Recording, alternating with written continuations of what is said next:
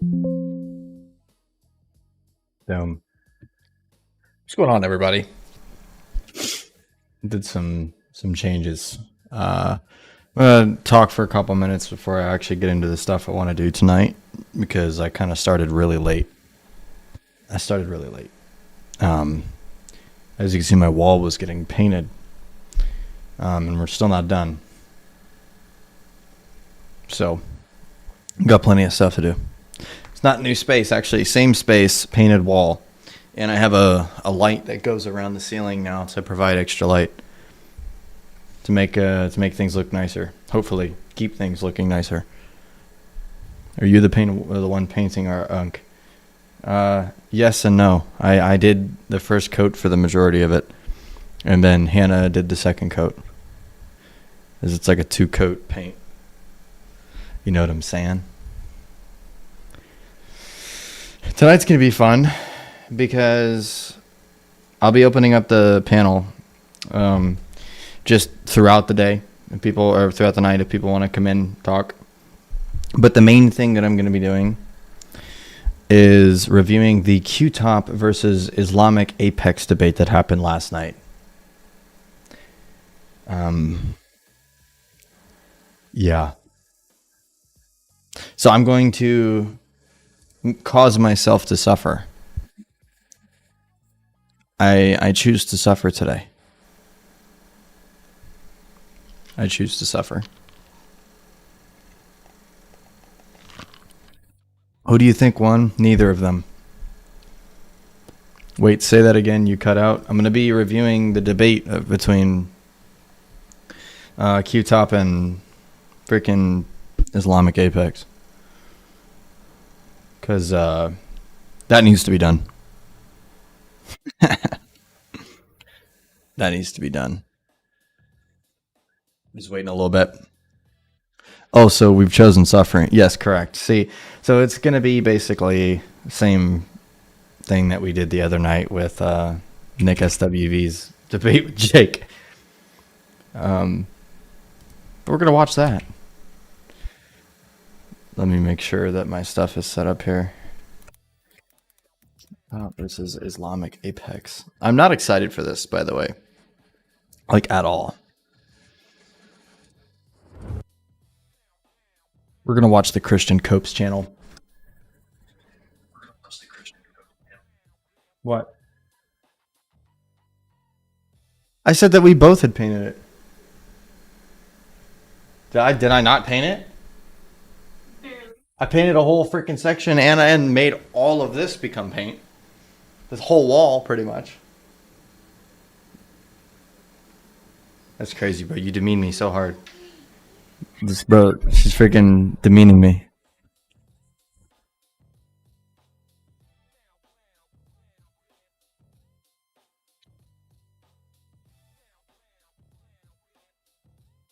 Peel the wife fallacy. Exactly. Who do you think won, Agan versus Apex? Agan definitely won that debate. Bruh, Christian Cope is so filmed, bruh. Huh? I'm honestly terrified because I heard that this was an absolute nightmare to listen to if you're a Christian, or at least a historical Trinitarian. Watch some Roman anime together. That did not happen.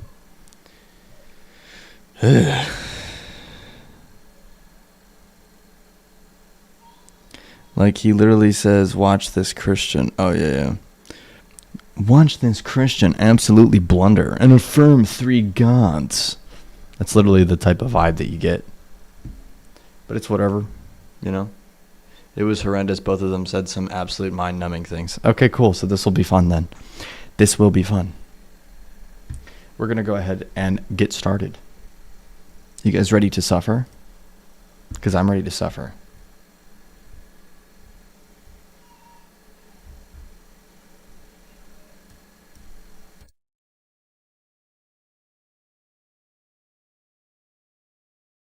Stuff is set up correctly here.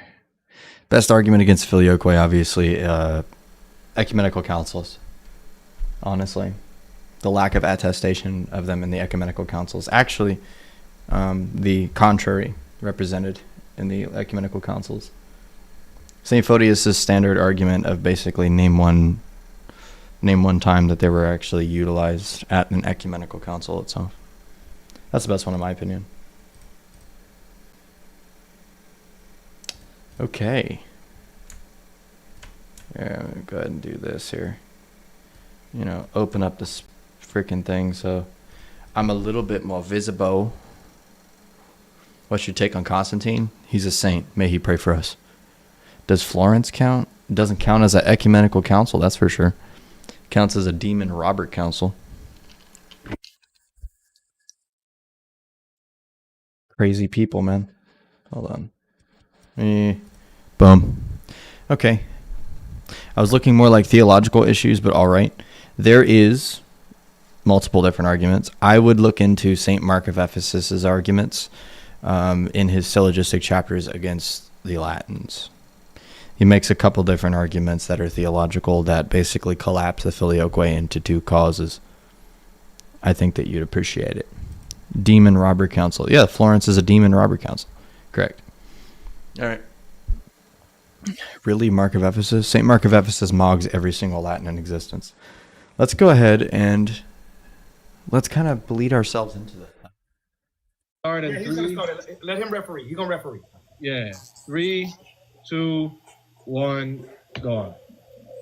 Okay, so today I am here to clear up the metaphysical blunder of Islam.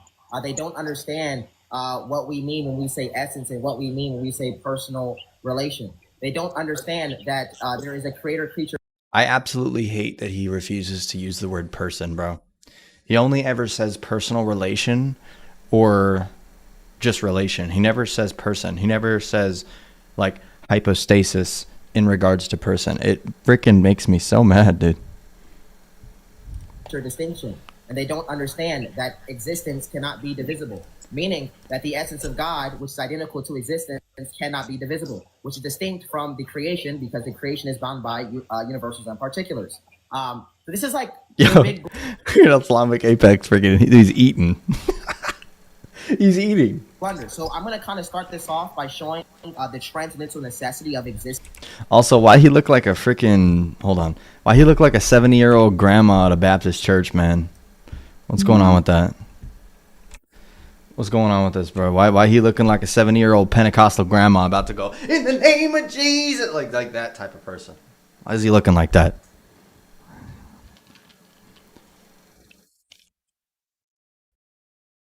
That ain't biblical, child. Like that's exactly what he's getting at, man.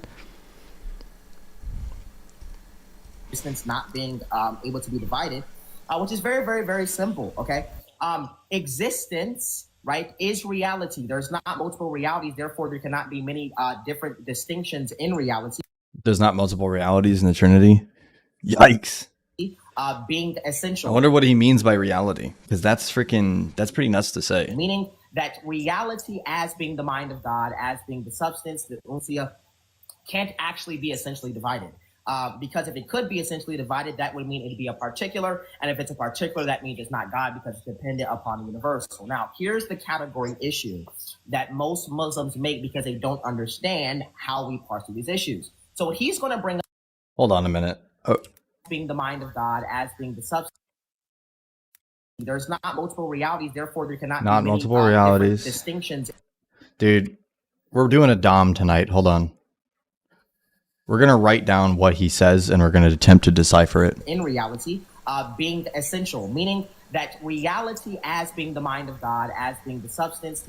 Brother, okay. Reality as being the mind of God, as being the substance. Usia can't act. The Usia. Usia. Actually be essentially divided.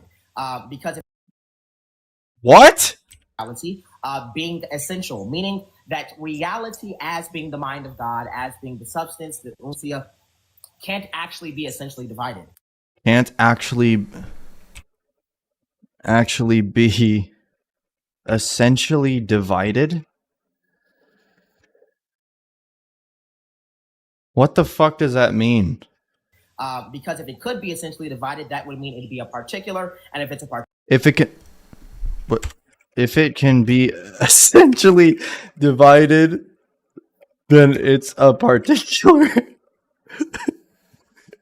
that means it's not God because it's dependent upon a universal. Now, If it's a particular, then it's not God because it's dependent upon a universal.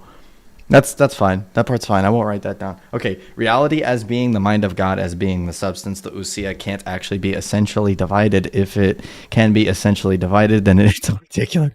Now, here's the category issue that most Muslims make because they don't understand how. Bryce, not gonna lie, Qtop know more than you. By the way, he said the persons are conceptually distinct, chill guy. So I don't know what the random glaze against an absolute freaking blunder of a theology this man has. How we parse through these issues. Ridiculous. So he's bring up today. Like if you seriously think that guy knows more than me on theology, you are insanely mistaken on how Christian theology works in the first place. Right, and I'm gonna this thesis is gonna be like he's a modalist, bro, but on accident. Like liveness is law. He's gonna like make blunders about the creator-creature distinction. He's gonna make blunders about the identity of indiscernibility. He doesn't actually understand what the identity of indiscernibility is and how it's categorized. The identity of indiscernibility. Yeah. So what we're gonna see is all these. Apparently, conceptual and formal distinction are the same thing. That is not true, bro. We're going to see how he doesn't understand that there's one substance, one existence. Eric Coda for $2. Thank you. It says transcendental dreads, gang. Absolutely. No, he literally says that they are not really distinct. You want me to pull up the clip where he says they're only conceptually distinct and not really distinct? Why are you sticking up for this man right now? He verbatimly denied that it's cat epinoia in regards to it being conceptual and really. He verbatimly denied that. One essence. Like, bro, like I cannot. Oh, I'm playing. Don't hurt me. Okay, sorry, my bad. I'm sorry. I'm already starting to crash out. Relations. Now, here's the issue. The issue is very, very, very simple. The mode of subsistence or the way of subsistence does not change the content of subsistence. I'm going to say it again. This is the thesis of the entire dialectic. The mode? The mode of subsistence, meaning the way of subsistence, does not change the content of subsistence. Meaning there is one essence, one being, one God, with three relational distinctions, and that's how we actually can ground knowledge. That's how we actually can ground love. That's how we actually can ground truth. That's why we know that these things are like, metaphysically necessary, given the fact that this triune God actually has to have the capability to ground these different things that require relational distinction. So this is just very, very, very, very simple, right? At the root of the issue, he doesn't understand. Chat, am I stupid? What does this mean? Can somebody help me in chat? Somebody teach me. What does the mode of subsistence doesn't change the content of subsistence mean? Somebody help me with that. Anyone? Is that a real statement? I don't think that's a real statement. We can barely see it. Hold on. Let me freaking turn this up, bro. You see that? Read that. Tell me what that is, what that means.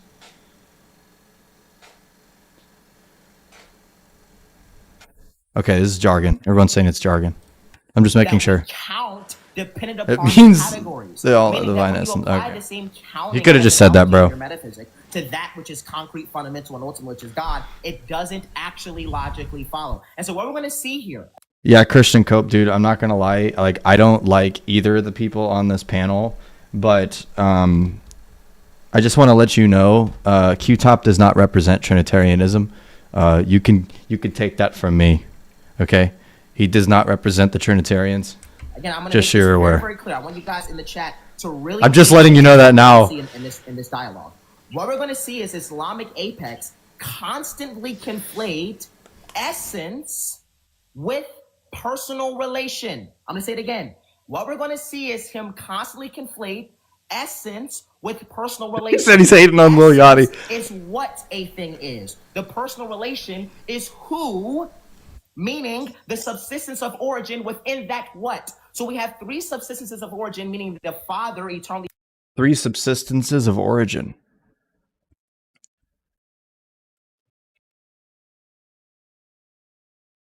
Three subsistences of origin, bro. Huge ball knowledge on that one. Of origin. Hey, yo! Dude, what the fuck? There's three fathers. Too easy. He begots the Son, and the Holy Spirit proceeds from the Father and the Son, but it doesn't actually affect the divine essence. It doesn't make the divine essence composite because, again, the way that something exists does not change how it actually exists. This is just very, very, very, very important. So, again, I still have like 3 minutes, and I've gotten a lot out. He believes in complete autotheos theology, by the way. You can tell that he doesn't even hold to like monarchical Trinitarianism in any sense. He's too good for it. Yeah, exactly. He's too good, bro. We just don't understand it. It's going to be the main blunder, guys. The topic was, I think, the logicality of the Trinity, Andreas. It's a metaphysical blunder. It's been going around for a very, very long time. We're not modalists. We don't believe that there's one person operating in different modes. We don't believe there's three gods because they claim there are three gods. When we count anything in the creation, there's going to be some sort of essential distinction because of the principle of individuation. All the principle of individuation states is that for any discrete set of particulars, that which is the universal, the particulars are going to be dependent upon, but each discrete set of particulars is going to have something about them that actually makes them be able to be discernible. He's just a Trinitarian Moses the servant, bro. He's literally just Moses the servant, but a Trinitarian. Like, I didn't catch any of that. Like, I know a lot about the Trinity, bro. I don't know anything that he just attempted to say. Actually exist in a different way, right? Meaning that because everything in the creation is not identical to existence, God is purely act, which all that simply means. He's really good on philo and theology, brother. It's jargon. He makes crazy blunders, man. That everything that God is, right, or everything that God has, he's identical to, meaning that the essence is identical to existence because essence is indivisible, right? You can't actually say that there's three gods because that would mean that existence is divisible. So again, the main... Libiano has locked in on the time. Oh, has locked in on the time. Okay. I always think it's funny every time that like Libiano shows his face, he's always like attempting to like freaking do the... Like he's always attempting to mog the cameras, bro, like 24/7. Wonder, guys. It just happens when we don't understand the creator-creature distinction. We don't understand how to actually count in relation to essence versus personal relational. I'm reviewing this debate for both sides. I obviously don't believe that Islamicapex has the ability to critique the logicality of the Trinity, so I'm going to address that. But then I also don't think that Qtop represents the Trinity in a manner that I think should be just allowed. I think that I should also be able to say, hey, Qtop, stop saying these things about the Trinity because it's not true. Distinction, and we conflate these two categories under liveness. I don't think either of them won the debate, Joel. Because that which is fundamental and ultimate has to have the category set to actually ground isness. Now, I still have 2 minutes. I'm wondering if I should yield my time because I think I just very clearly, articulate, very clearly, it's just destroyed the multiple blunders. But again, guys, it's just very simple. We serve one God.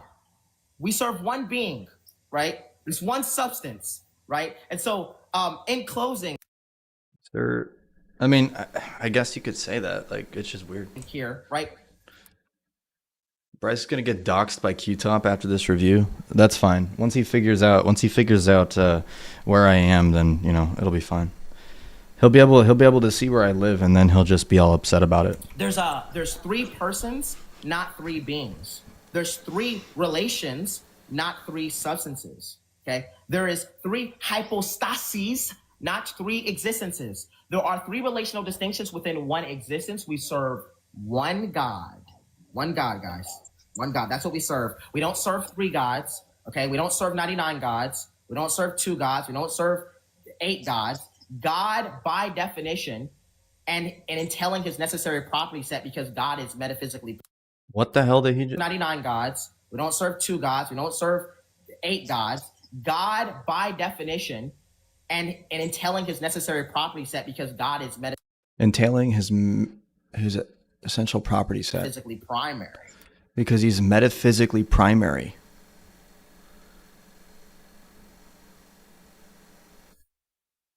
Wait. Okay, I'm gonna let that go. Right.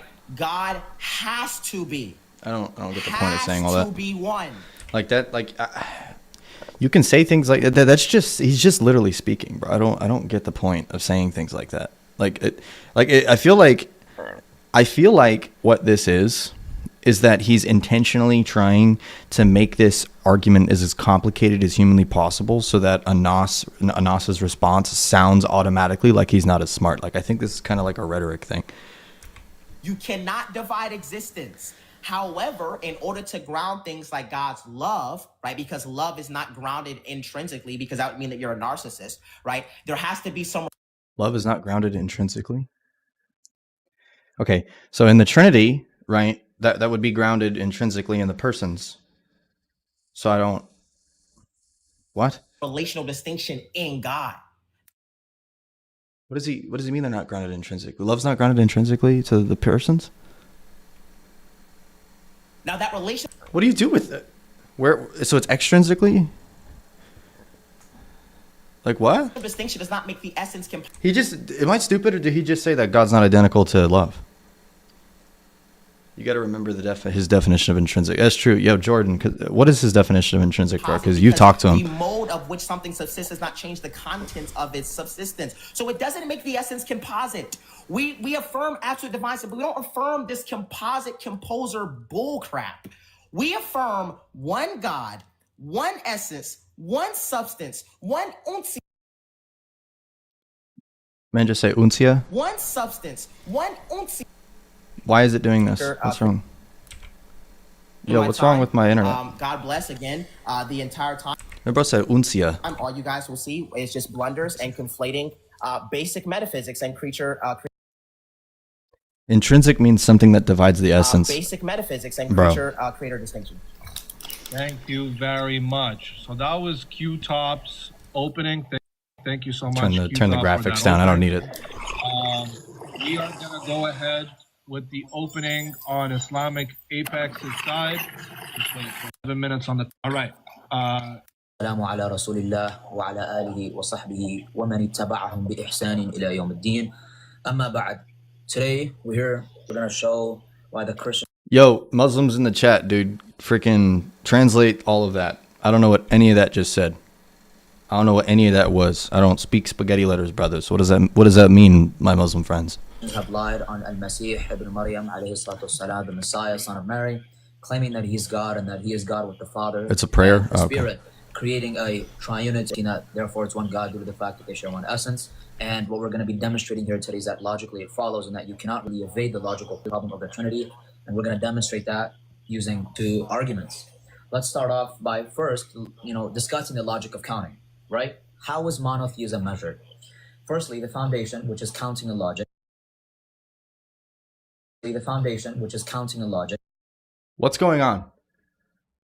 Am I crazy? Universally, humans count and discern things or distinguish things.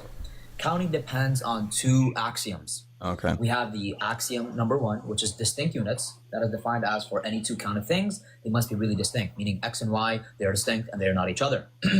Axiom 2 is the class. Counting happens within a type. To count apples, each must truly be an apple. Let's start with the first argument, which is the classical counting method argument, the CCM.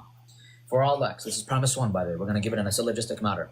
Premise 1, for all x and y, if x is God and y is God, then x just is y. This is the formal regimentation of monotheism under classical counting method, the CCM. Premise 2, if Jesus is God and the Father is God, then Jesus just is the Father. That follows from premise. Transitivity argument. Okay. Well, Orthodoxy answers this completely different than the way that Qtop's probably going to respond to that. But in Orthodoxy, we don't count God basically in the manner of whether or not it's person to essence normally. We usually count by actor because we believe that God is an agent noun. So the word God itself is equivalent to something like philosopher or like shoemaker, right? So it's an actor. So if there's one singular actor in the Trinity, which would be one singular action in the 3 persons, that's how we would be counting beings in that sense. But I don't think Qtop's going to address it in that manner at all. Premise 1. Premise 3. Jesus is not identical to the Father. And that's obviously the Trinitarian claim. Premise 4. Jesus is God and the Father is God, which is also the Trinitarian claim. And then premise 5. There's not three actors because there's one singular token action that occurs in three hypostases. Or which is actually conclusion 1. Therefore, Jesus is identical to the Father. That is modus ponens, following from premise 2 and forward. Premise 6. Therefore, Jesus, or actually conclusion 2 here. Therefore, Jesus is identical to the Father, and Jesus is not identical to the Father. That's in conjunction with premise 3 and 5, leading to a contradiction.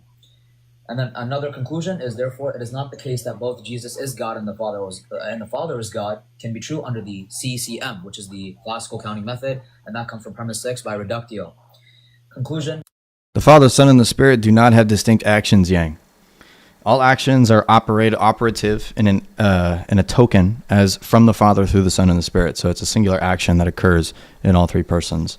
So it's one singular token. There's not three different distinct actions in the Trinity. Therefore, to reject premise 1, it is to deny either monotheism or the CCM method itself, which is just a metalogical conclusion. And this would mean that the referent action that's occurring, like, for example, creating the world, is something that's properly attributed to the Father, Son, and the Holy Spirit in one act. he is denying That's why it's not three. the classical counting method, which is the universal way in which we count, or he accepts the contradiction, meaning denying monotheism. So now, first let's give an example, right? Counting apples or counting oranges or anything, right? Suppose that there's a world in which it exists within it exactly one apple. X is truly an apple and Y is truly an apple, but X is not Y. Either we have two apples, which deems this worldview false, or we have a contradiction where X is the apple and not the apple, which is just P and not P. That's a performative contradiction. Yeah, but if we're determining identity in the way where if something truly is, I guess, what the referent would be, right? You could still say then that there's three persons and then there's one God, right? Because if we're truly counting a person, the Father is truly a person. So now, let's move on to the next argument. I don't really see This the argument issue is with that. the multiple essences argument. I don't even really like follow the LPT in that in the transitivity manner, kind of like how Qtop responds to it. I'm pretty sure he's a Thomist. I think he's a Thomist. So I don't think he's going to respond to it in that manner, the way that I did, but If we say that for all X and Y, if X and Y share the same essence, then X and Y share the same set of essential properties. That is an analytic truth. oh, Bryce rise me from my oh yeah. Let's get a Jehovah's Witnesses perspective in here while we're here. It's too easy. Hey, what's up, man? There we go. Reductio will give his glorious commentary as well. If the Father and the Son share the same essence, then the Father and the Son share the same exact set of essential properties. That follows from premise 1. If the Father is essentially paternal and the Son is not essentially paternal, then the Father has the essential property of paternity and the Son does not have the essential property of paternity. That's an analytic truth. The Father is essentially paternal and the Son is not essentially paternal. Conclusion 1, therefore the Father has the essential property of paternity and the Son does not have the essential property of paternity. The inference rule for that is modus ponens, coming from 3 and 4. Premise 3 and 4. If the Father has the essential property of paternity. Hey, everybody in here who's like giving the dead roses, all right, Reductio's cool. He's cool. All right. I've talked to him multiple different times. He gets it. He's just not convinced yet. All right. And the Son does not have the essential property of paternity, then it is not the case that the Father and the Son share the same set of essential properties. That is also an analytic truth. And for those who are wondering, an analytic truth is a truth that is true by definition. Conclusion 2, therefore, it is not the case that the Father and the Son share the same set of essential properties. That is modus ponens from premise 5 and 6. Conclusion 3, therefore, it is not the case that the Father and the Son share the same essence, and that is modus tollens, coming from premise 2 and 7, and that the conclusion essentially is detrimental and so reductio ad absurdum, because it is essentially saying that the Father and the Son, they. Yo, I hate to say this shit, bro, but Qtop is not following this at all, like, at the moment. Like, you could see it in his eyes, brother. Like, Qtop for doing the debate and whatnot, but, like, I don't think Qtop's listening to the syllogism. Are not the same God. So let's give a simple example to everyone, right? He is tracking. I hope so. It just doesn't seem like it, bro. Human nature. Like he's not writing it down. He's not. He's just kind of sitting there, man. But John has some properties that are essential to his being that are not essential to Barley's being. Hence, John and Barley have two distinct sets of essential properties, henceforth two beings. In simple terms, same essence simply means the same essential properties, because we define essence as a set of essential properties. The Father and the Son, they share the same essence, meaning they share the same essential properties. The Father is essentially paternal, The Son is not. Did he just? No way, bro. He is an essential property on Nas. What are you doing, bro? What are you doing, bro? Paternity is a formal constituent, brother. Paternity is a formal constituent, brother. There's no way. Bryce, crash out. I'm gonna start losing my mind already. That's not true. It's not an essential property, brother. Therefore, they do not share the same set of essential properties. Boom, truth nuke. Crazy. So now I'm going to actually sneak in one more argument, and I think this is the most hard-hitting one or detrimental one. The triunity argument. I would have to just simply ask, like, can you name a singular church father, or honestly anybody in history that determined paternity to somehow mean essential property? When we say that it's more like saying that it's necessary to the father. It's not literally essential as in it being an essential property. Give me a minute.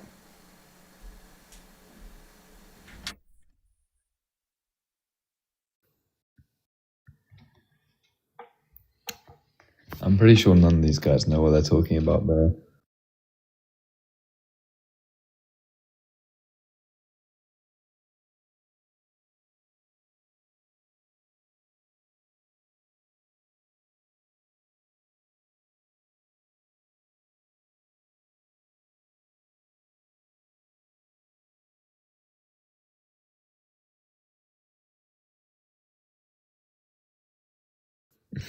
And that's co-floating all day long.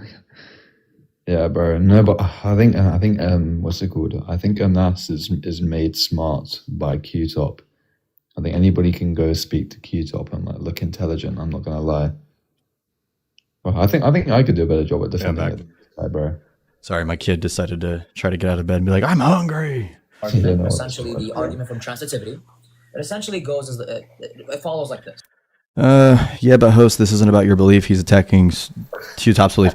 I understand, obviously, that he's attacking Qtop's belief, but first off, I don't like if Qtop is somebody, because he constantly refers to Aquinas for things, and Aquinas would never in his life say that it's an essential property. First, we need to put the overview as the Trinity is a true predicate of the only true God, which is just defined as existential uniqueness. It is existentially unique insofar as it being three persons, one God, same essence. Like again, like name one argument, honestly, that necessitates that to be God is to be paternal. That's ridiculous. You have to one, if there presuppose exists exactly one X, such that X is God and X is triune, then for any Y, if Y is God, Y is triune. Premise 2, there exists exactly one X, such that X is God and X is triune. Conclusion 1, therefore for any Y, if Y is God, then Y is triune. Note exponents coming from premise 1 and 2.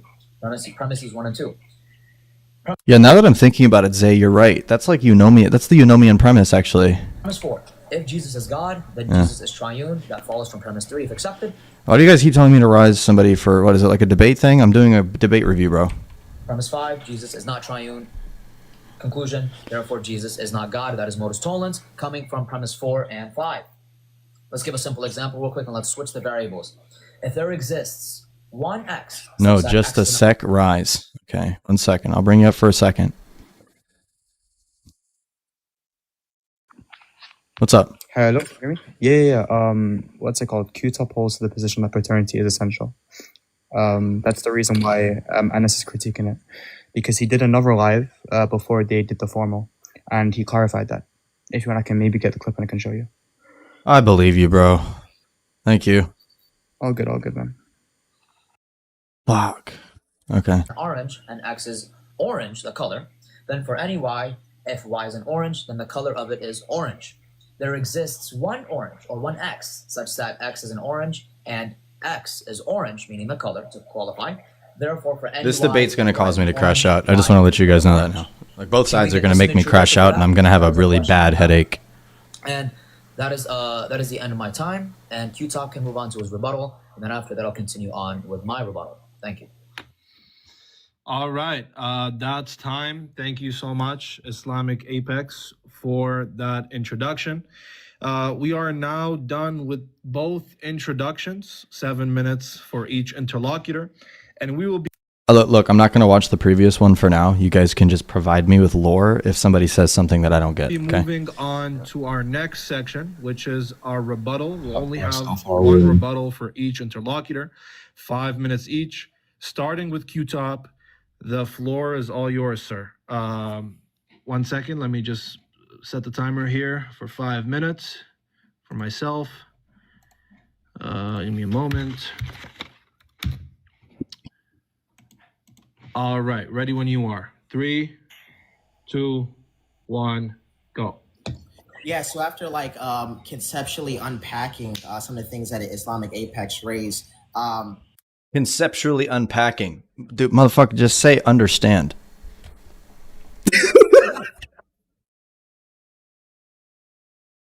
yeah, dude, great question. These things have been like discussed in like classical Trinitarian metaphysics for a while now.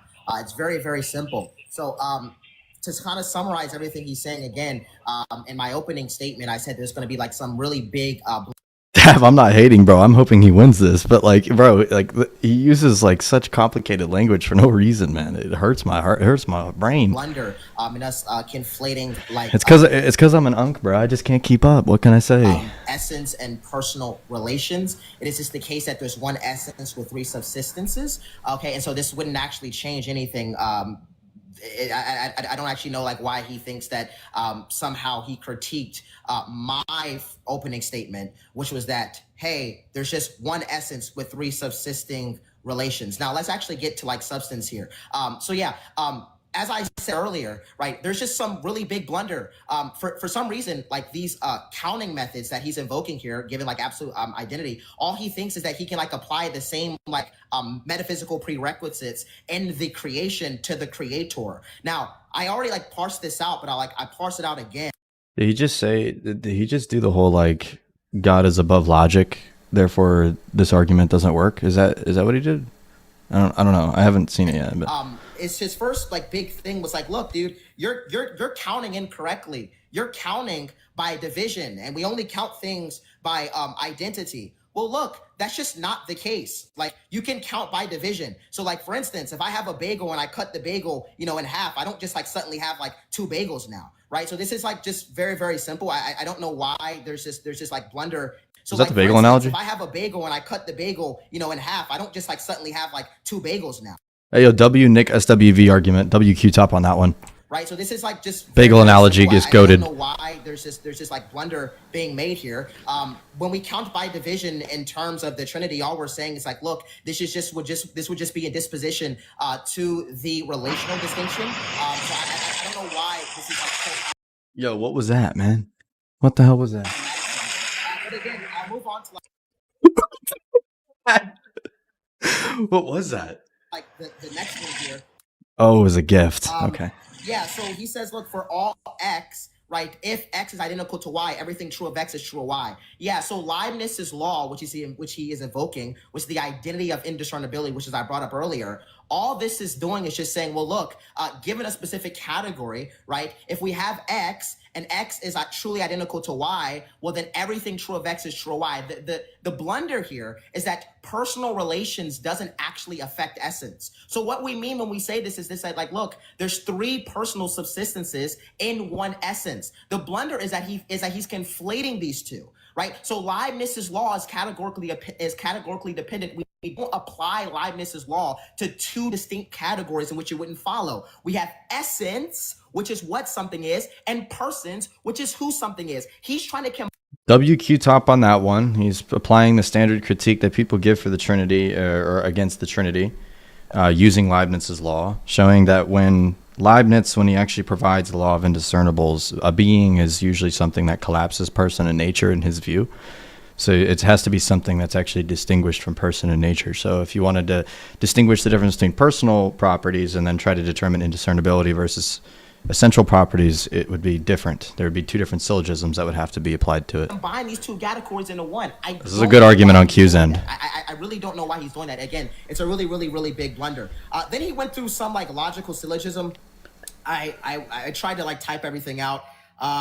The summation of that is just very confusing. He says, well, look, Jesus is not God because Jesus is not triune. So it seems like he doesn't understand what we mean when we say God. Yo, thank you so much. Log it in with the $10 over on the Apple Cash. Yeah, he says Jesus is not God.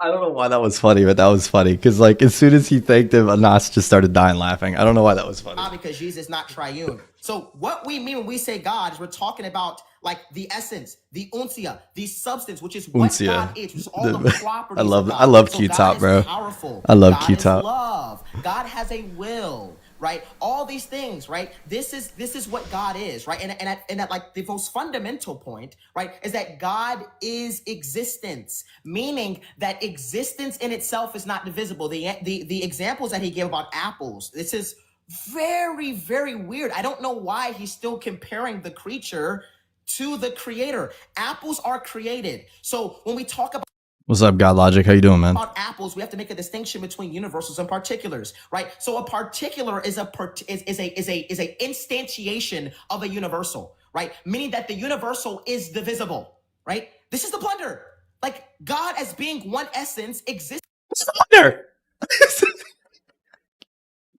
Oh man, I love his voice. Since it's not divisible, we don't say that the Father is a part of God and that the Son is a part of God and the Holy Spirit is a part of God. We don't say that the Father like has godhood and the Son has this godhood and the Holy Spirit has this godhood in this like divisible way, right? We say that the Father is. No, it is a blunder in that set. I will totally agree. I give that to Qtop on his current rebuttal. It's actually pretty good.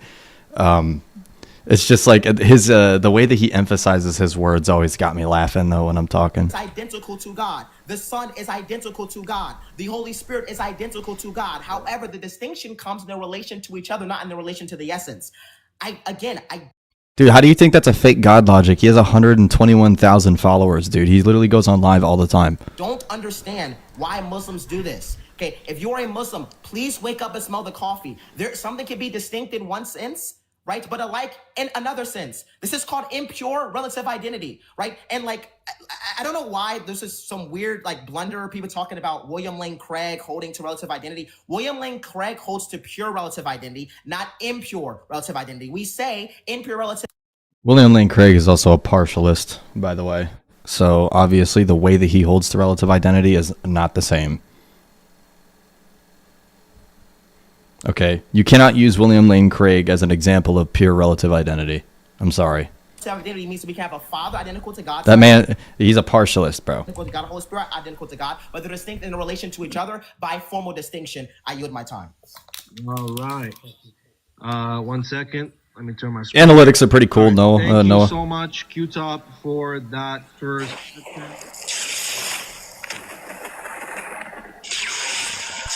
Gosh, these gifts are so loud. For the first Sense, you're going a little too fast, right? Like no one can understand you. I mean, at the end, it sounded like you were lagging a bit. You weren't really like articulating yourself properly and as you should, because that's not what debate etiquette is, and you're not representing it correctly. To start off, you mentioned that I mentioned identity of discernibles. In fact, it's indiscernibility of identity, right? So that's what Leibniz's law is. He's confused. So, Okay, pointing that out is sophistry, bro. Pointing out the fact that that Qtop called it that's not an argument, Anas. You're just being a goober, man. Leibniz's law is not identity of discernibles. Leibniz's law is going to be indiscernibility of identity, right? So yeah, I know you're thinking, it's fine. So and to actually address your objections, we're gonna go ahead and look at what I was actually talking about. So I brought I brought how we should understand how to count, right? Which is the CCM, and he claimed that he counts by division, and that, if you cut a bagel, is it 2 bagels? No, it's not really the same thing, right? Because if you were to cut a bagel, it's just going to be one part of a bagel, other part of a bagel. That's not. How did I guess that as soon as Qtop used the bagel analogy, that is what the Muslim does literally every time. As soon as you try to use a created analogy, obviously when we use the analogy, it's just for the metaphysical aspect of determining the referent. It doesn't have anything to do with the fact that there's parts of a bagel. I knew he was going to do it. I thought about that. I was just like, he's going to hear the bagel analogy and instantly be like, well, you can't use that because that's a composed object. It's not really what we're doing here, and so far in respect to the Trinity, right? So again, I'm going to clear up how we count. There's two axioms, distinct units for any count of two things. They must be really distinct. The class is going to be counting. If you're saying don't use the analogy, then do you know what that causes? If you don't use analogies in the created order, you can't use analogies at all. There's no divine analogies, bro. At that point, you just can't talk about God in any sense. What happens within a type to count apples? Each must truly be an apple. That's an example. Okay. So now, with that being said, we understand that when we go to the Don, I know obviously that those two things refer to different things, but again, Qtop, he did steel man what Leibniz's law was in his explanation. So just because he called it the wrong thing, that didn't make much sense to try to critique him on that. That's my point. Classical counting method argument, and we understand if we count by identity, we are going to reach three gods, and there is no disagreement upon that, right? But let's say that we don't count by division. When we count by division, it still doesn't evade the argument. I pause the time. Yeah, so I pause the time. If a gift that's not loud comes, it's okay. I'll let it go for both parties. But if a loud gift comes, I'll just. These gifts are so loud, bro. Pause Oh the my time, goodness. Okay, Bro, no they're worries. actually loud. All right, I'm gonna. What? I said they're actually proper loud, bro. They're crazy. They're crazy loud, Get man. back. 3, 2, 1, go. Okay, thank you. So when we go to the CCM argument, which is a classical counting method argument, right, that which he failed to evade, by the way, he claims that counting by division is the way we count because God is distinct from creation and that he is not a particular nor universal. Therefore, we don't uphold the same counting method, special pleading. So he didn't bring any justification why we should count different for God or gods versus creation. A created being or created beings should not be counted different than how we count God because that is simply special pleading. All you're saying is, oh, well, God is different than us, then therefore we're going to count differently. That's not how things work here. That's not how we count. Wait, what? Say that again. So he didn't bring any justification why we should count different for God or gods versus creation. A created being or created beings should not be counted different than how we count God because that is. This is what not following the Cappadocians does to you. This is what it does to you. Because that critique is valid if you're not somebody who follows the actor counting method of divided counting method that the Cappadocians utilize in action, which is something that they actually ground in ancient philosophy prior to them, like Aristotle, Plotinus, and Plato. So I mean, like, it's just you just gotta use the Cappadocians, bro. The ancient philosophers did it all the time. It was actually the main way they counted. Aristotle counted beings by what they're composed of. That doesn't mean obviously that God's composed, like everyone's immediately going to say. But again, he didn't count beings by the properties they possess. That is simply special pleading. All you're saying is, oh, well, God is different than us, then therefore we're going to count differently. That's not how things work here. That's not how we count. By the way, I gave 3 syllogisms. I didn't really get a response for any of them, right? I got like, a little bit of, some tangents here, some tangents there. Don Eladio, Aristotle's in heaven. But I really want you to answer this question.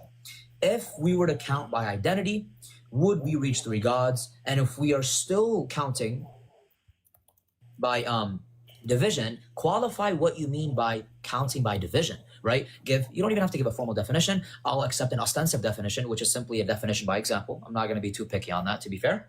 And one of the got it. Okay, go ahead, continue. So I'm gonna read one argument or two, and I want you to tell me. One sec. All right, I'm gonna start it now. You have to wait for me to start it and pause it, bro. So the trinity argument, if there exists exactly one x, such that x is God and x is triune, then for any y is God, y is triune. Premise 2, there exists exactly one x, domain semantics, by the way, such that x is God and x is triune. Premise 3, or conclusion 1, therefore, for any y, if y is God, then y is triune, modus ponens. Premise 4, if Jesus is God.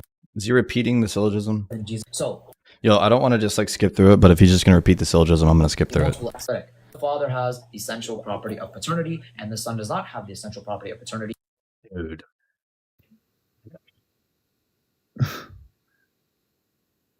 Is that even the case? Well, that's like not the case. Paternity is a formal constituent. It is what constitutes the father as a person. Yeah, like I don't know It's why. not an essential property. in the minds of it being something that makes the essence what it is. then it is not the case that the Father and the Son share the same exact set of essential properties. Conclusion 2. Therefore, it is not the case that the Father and the Son share the same set of essential properties, modus ponens. Conclusion 3. Therefore, it is not the case that the Father and the Son share the same essence. That's modus tollens from premise 2 and 7. I could not read the last one, but we will deal with that in the cross-exam here soon. You have 30 seconds. Just as why. That's a formal regimentation of monotheism under the CCM. If Jesus is God and the Father is God, then Jesus is just the Father. Jesus is not identical to the Father. Premise 4, Jesus is God and the Father. Wrap it up, bro. It's done. Time's up. Yeah, he said, "Shut up, bro. It's over. Shut up. Your time's up." Wrap it up. It's crazy, bro. He said, "Shut up. Your time is up, bro." Okay, cool. Yeah, time's up. If I was Qtop, Hey, I'd be laughing at Q, this guy. did a lion come in your time? Yeah, I mean, something did come Yeah, in my it did. time, It did. that, There but, was- but, but it's okay then. I didn't notice it, so I'll give you an extra minute in your cross exam. All right. So we'll give Qtop an extra minute, so we have 26 minutes of cross exam, and then we'll go over this. I'm muting this, bro. Yo, Bryce, we got both of them in here, bro. We got Anas and Qtop in the live. I know. Hey. Okay, come on, next person. I don't want to hear the gifts. Okay, so I'm going to take this time just to ask some questions about the Trinity. This is just clarifying questions because I've Yes, cross exam. Do you Yes. think existence is divisible? Yes or no? And by existence, you just mean like for example, such being that exists. Like I'm not going to rise the debaters, bro. Then they're just going to debate again. I'm trying to review this crap in peace. that's just like I'm just wondering what you mean by existence. No, I'm not mean the being that exists. I mean that which is identical to existence. So the act of being itself, not a particular being that exists. I don't believe existence is identical to anything. So that question is not I'm not categorical. asking you. Existence is not identical to anything. I wonder, Anas, what's your definition of existence? If you're in here, please tell me. You believe existence is identical to anything. I'm saying, is existence divisible? That's the question I asked you. Well, I don't know what you mean by existence here. Yeah, I just explained what I mean. You want me to find it again? No, you didn't. I'm just gonna existence. I'm gonna pause the time, just so Q doesn't lose his. I think you're treating existence like a predicate or a property, in which I don't agree. I believe existence. Somebody's lagging. Yeah, he's lagging. What existence here? Anas, you just lagged Hey, yo, that the internet that Anas has got is not halal, bro. for the last 8 seconds or so. Yes. You want me to repeat it? Go ahead. Okay, so Qtop, it sounds like you're taking existence as like a predicate or property. My question is which I don't agree. I believe existence is a quantifier. What He said "gin" in the Wi-Fi box.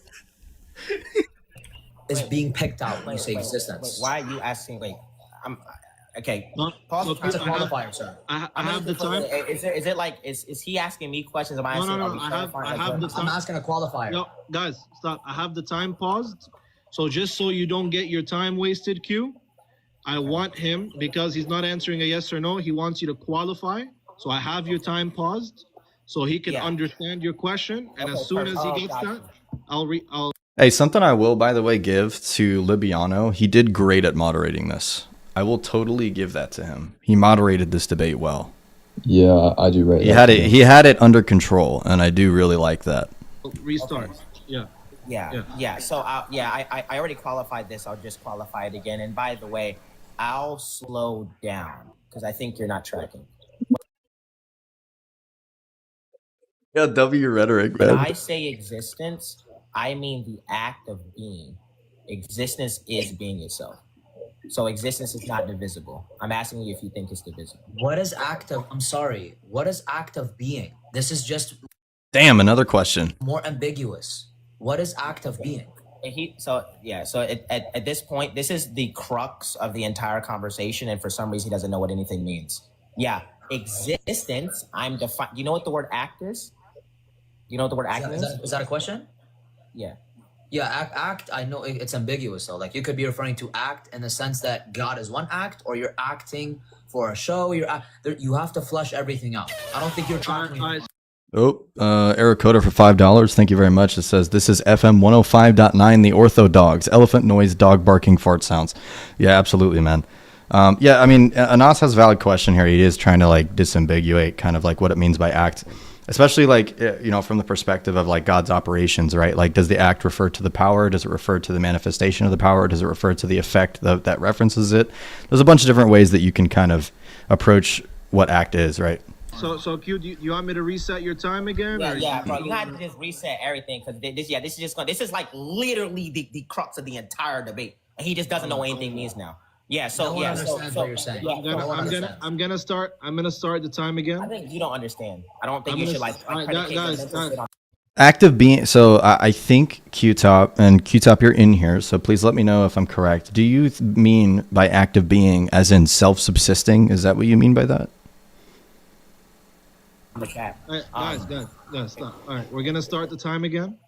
Q, continue with your questions, and Apex, please answer to the best of your ability, yes or no, if it's a straight dichotomy, and the 40 seconds to qualify. All right, I'm starting now. Yeah, I'm going to ask him the question again. When I say existence, I'm saying the act of being. So when I say existence, I'm saying that which is fundamental. Existence is a being. So I'm asking you if you think that existence as being that which is fundamental can be divisible. Yes or no? Okay, so he's asking about self-subsistence. Okay. Again, you're not disambiguating very well. I'm gonna ask the qualifier again.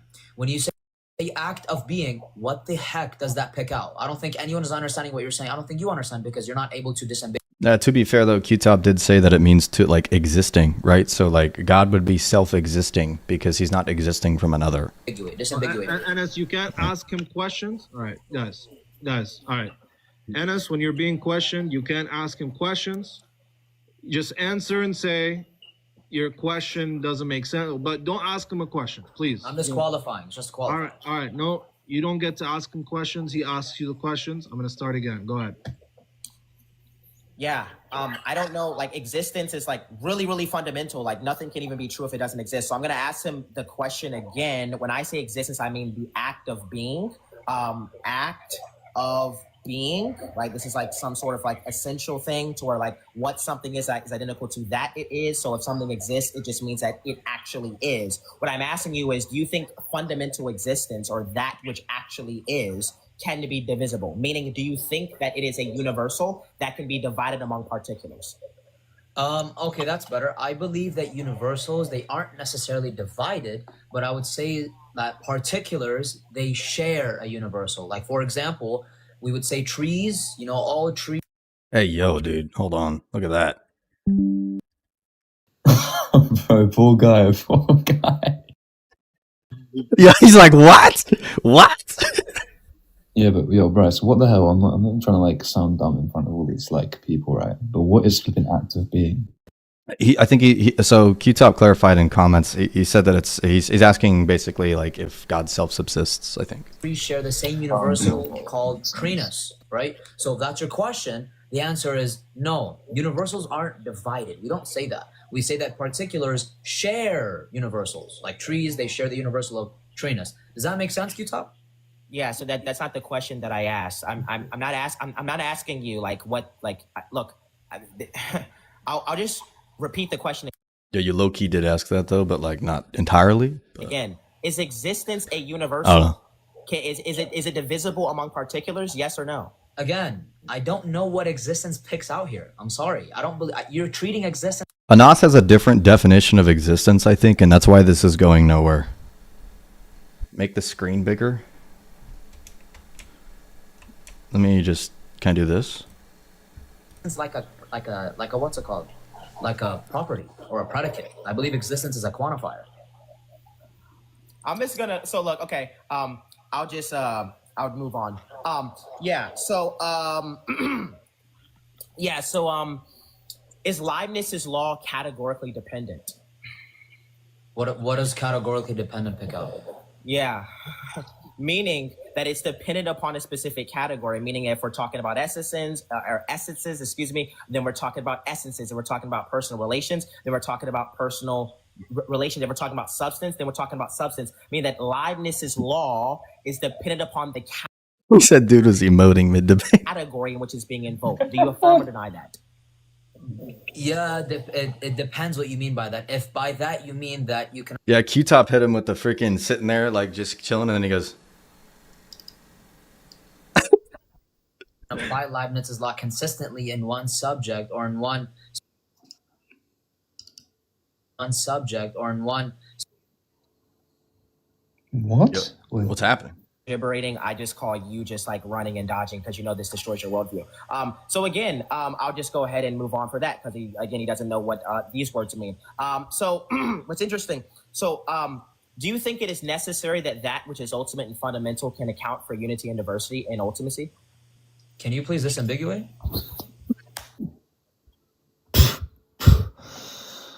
Holy, for goodness sake, bro. Yo, I love this cross exam, bro. This shit is funny. No, this isn't actually a bad course. Someone said this was going to be a bad course exam. I think it's actually decent. It's not bad. It's not bad at all. Like All I'll he's give. asking is whether, yeah, all he's asking is whether Leibniz's law is going to be dependent on category. Qtop just has very, very unique ways of like using a lot of the words for like theology, and I think Anas is trying to think of things from like an Aristotelian or a scholastic view, and I don't think Qtop uses those words. Very, very slowly because It's God, not about being slow. It's this just is your like pace. so low tier. Your Like base. this is guys. This is what happens, right? They suddenly don't know what anything means. So I'm gonna say it very, very, very, very clearly for you. Okay. Do you think that God, when I say God, I'm just referring to that which is ultimate, meaning that everything depends upon it as a foundation, and I'm referring to that which is fundamental, which just means it's metaphysically primary. Do you think that thing has to be able to account for unity, meaning things are alike, and diversity, meaning things are different, in ultimacy, which means in its ontology? Yes or no? Yeah, so thank you for disambiguating your vague question that you just asked prior. So the answer is yes. Anas, answer the question, bro. Don't rhetoric farm. Don't I be don't know, rhetoric farm. it was kind of, I can't lie So I though. believe that Like, God, you could have just said God, but you decided to gibberish, but that's fine. So yeah, God does discern. He does have the ability to discern things, and he does discern things. That's a necessity for God because we Hey, yo, we got another one, dude. Look at yo. Heck see yeah. things that are discernible. And he also, there's obviously like unity within the ontology of the things that which exist, depending on the class or what the thing actually is. If they share, the same exact properties, then it's obviously one. Qtop is so animated, bro. Like with his facial expression, he's like when somebody says something, he'll be like, he's just doing crazy faces all the time. So yeah, God is aware of the discernibility and the unity of the ontology of what exists. If that's your answer, your I'm question. not asking you if God is aware. So I thought you said that I actually like clarified. Meanwhile, I just like said the exact same thing slower, which it seems like that's what I have to do. Talk slow. Spray cheese for $5. Thank you very much. He says we got Fortnite skins debating theology before GTA 6. I also got a comment. So Islamic Apex, you didn't answer my question. So I'll ask the question again. Yo, YouTube This chat's is an roasting, bro. ontological question, not an epistemic question. So this doesn't have to do with perception. I'm using my words very clearly for you, okay? I'm going to ask you the question again. Is it necessary to account for the problem of the one and the many, meaning unity and diversity, that God must possess or be able to, in his own ontology, ground unity and diversity in ultimacy? Yes or no? That's a yes or no question. Okay, does God ground all relations? That's the question he's asking. Does God ground the existence of relations and unity? Everybody in chat get it now? That's the question. And you mean by ultimacy ontology? I've already said that, yes. Okay, good. So yeah, we believe that it's necessary for God to, have the ability or to ground the discernibility and the unity of these things. Even though your questions, Jeb. This is, in case people don't know this, he's basically giving a critique called the problem of the one and the many. Right? The simplicity of God, how does that actually purport to the created order where there are things that are diverse? Right?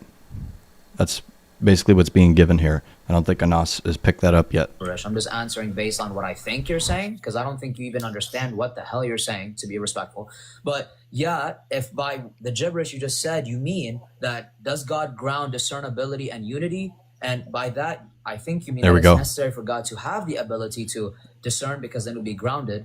Then yes, it is necessary. Just please be less vague. Okay, so now we know for whatever next thing is about to come up. Anas accepts that God grounds unity and diversity. And disambiguate. I didn't say talk slower. I said disambiguate. There's a difference. Thanks. Yeah, so I think like what you call gibberating, again, I'll repeat my thesis. I think you just either can't intellectually track or you're just disingenuous. And then you do like the nervous laughter for Qtop. So that actually didn't answer my question again, right? I'm asking you an ontological question here. Can you define ontology for us? What does ontology mean? Ontology is simply just a branch within philosophy that is also just the same as metaphysics. It's exploring the nature of reality. So that's what ontology is. So now that I answered, ask your next question, sir. Thank you. Yeah, ontology is the nature of being. So that's just you presupposing that reality is a being, which is, yeah, like I would accept that, but that's like actually not like the academic definition of ontology, by the way. It's a study of being. So yeah. Ontology being the study of being. Okay, I don't know, maybe I'm slow. I didn't really get Qtop's response there for that. I didn't pick that up. asking you about God's being. Guys, I promise I'm trying really hard to listen to this. Like, I'm trying really hard to like pick up everything. No, there is a lot going on, to be honest. God's mind is reality. So if God knows T, then T, I wouldn't do that. Is it the case that within God's being, he must necessarily, yes or no, because you keep saying this is ambiguous. I'm not saying anything ambiguous. This is not going to get you out of this. Like just appealing to like ambiguity and just like running around these questions isn't going to get you out of anything. Okay. The only reason why I don't agree with Qtop's definition, though, I guess, of like how he's kind of like saying God's mind is reality or whatever, is because like in divine conceptualism in the Eastern Orthodox Church, we believe in the doctrine of the logi. So we also have different understanding of like where there's certain concepts that God possesses that doesn't necessitate the actual reality around us. Is it the case that in God's ontology, he must necessarily be able to account for unity and diversity? Qtop is a necessitarian. I mean, it seems like he's a necessitarian based off of that definition. Meaning I don't know if he is, though. I think it's just the way that he's explaining it. Maybe. that he must have relational distinction. Necessitarianism's yes cooked. or no, but- must God be able to account for unity and diversity? You're not answering my question. Yeah, before I answer your question, the reason why your question's not answered like this is because to be answered like this, you have to be more stipulative and lexical, which is the complete opposite of No what. problem. No I'm problem. responding. I'm responding. No, but I'm responding. I'm responding. Yeah, please actually respond. Yeah, I've asked this like four Thank times you. now. No, but I'm talking and I'm responding and you're interrupting. Thank you. So to continue my response, yes, God necessarily has to account for diversity and unity of his ontology, or in regards to it being in his being. Yes, we don't disagree with that. God must account for discernibility or diversity and discernibility, same thing, and unity. Okay, so is it the case that God must be able to ground this in one essence, meaning that the essence is non-divisible? Yes or no? Yes, the essence is indivisible. Yeah, yes. Sorry, that was bad timing on the dono there. Freaking spray cheese for $5. Thank you very much. It says Anas's comically large glasses and Qtop's face makes this debate so entertaining. Well, interesting. We'll discuss more about that in Tawheed. So yeah, we finally got a response to that. So Okay, Aracoda now for $5. Thank you. It says if God's mind was reality, would it imply that there is a privation or / evil in God's nature? I don't know. We'd have to further inquire. what he just agreed upon is that God must necessarily possess unity and diversity and ultimacy in his ontology. No problem. So now we'll go ahead and we'll definitely be coming back to that during the discussion. Islamicapex, I find it very interesting. So I want to. Yo, Anas, be real though, bro. Why does your hair look like it's glued on, bro? What's going on with that? Oh, chill out. Dude, I'm roasting both sides, bro. I'm getting in on it. I can't be joking with only one of them. Address some things No, here. I I know wrote this down. it's jokes. Um, This debate is jokes enough. Can you define what we mean when we say person as pertaining to the Godhead? What do we mean when we say that? Good. So Peter Van Inwagen, in his paper on the Trinity, he defines person as that which that can be addressed, right? Whatever you can address is a person. For example, you're a human. I can address you. Who? Um, can you define what we mean when we say person as pertaining to the Godhead? What do we mean when we say that?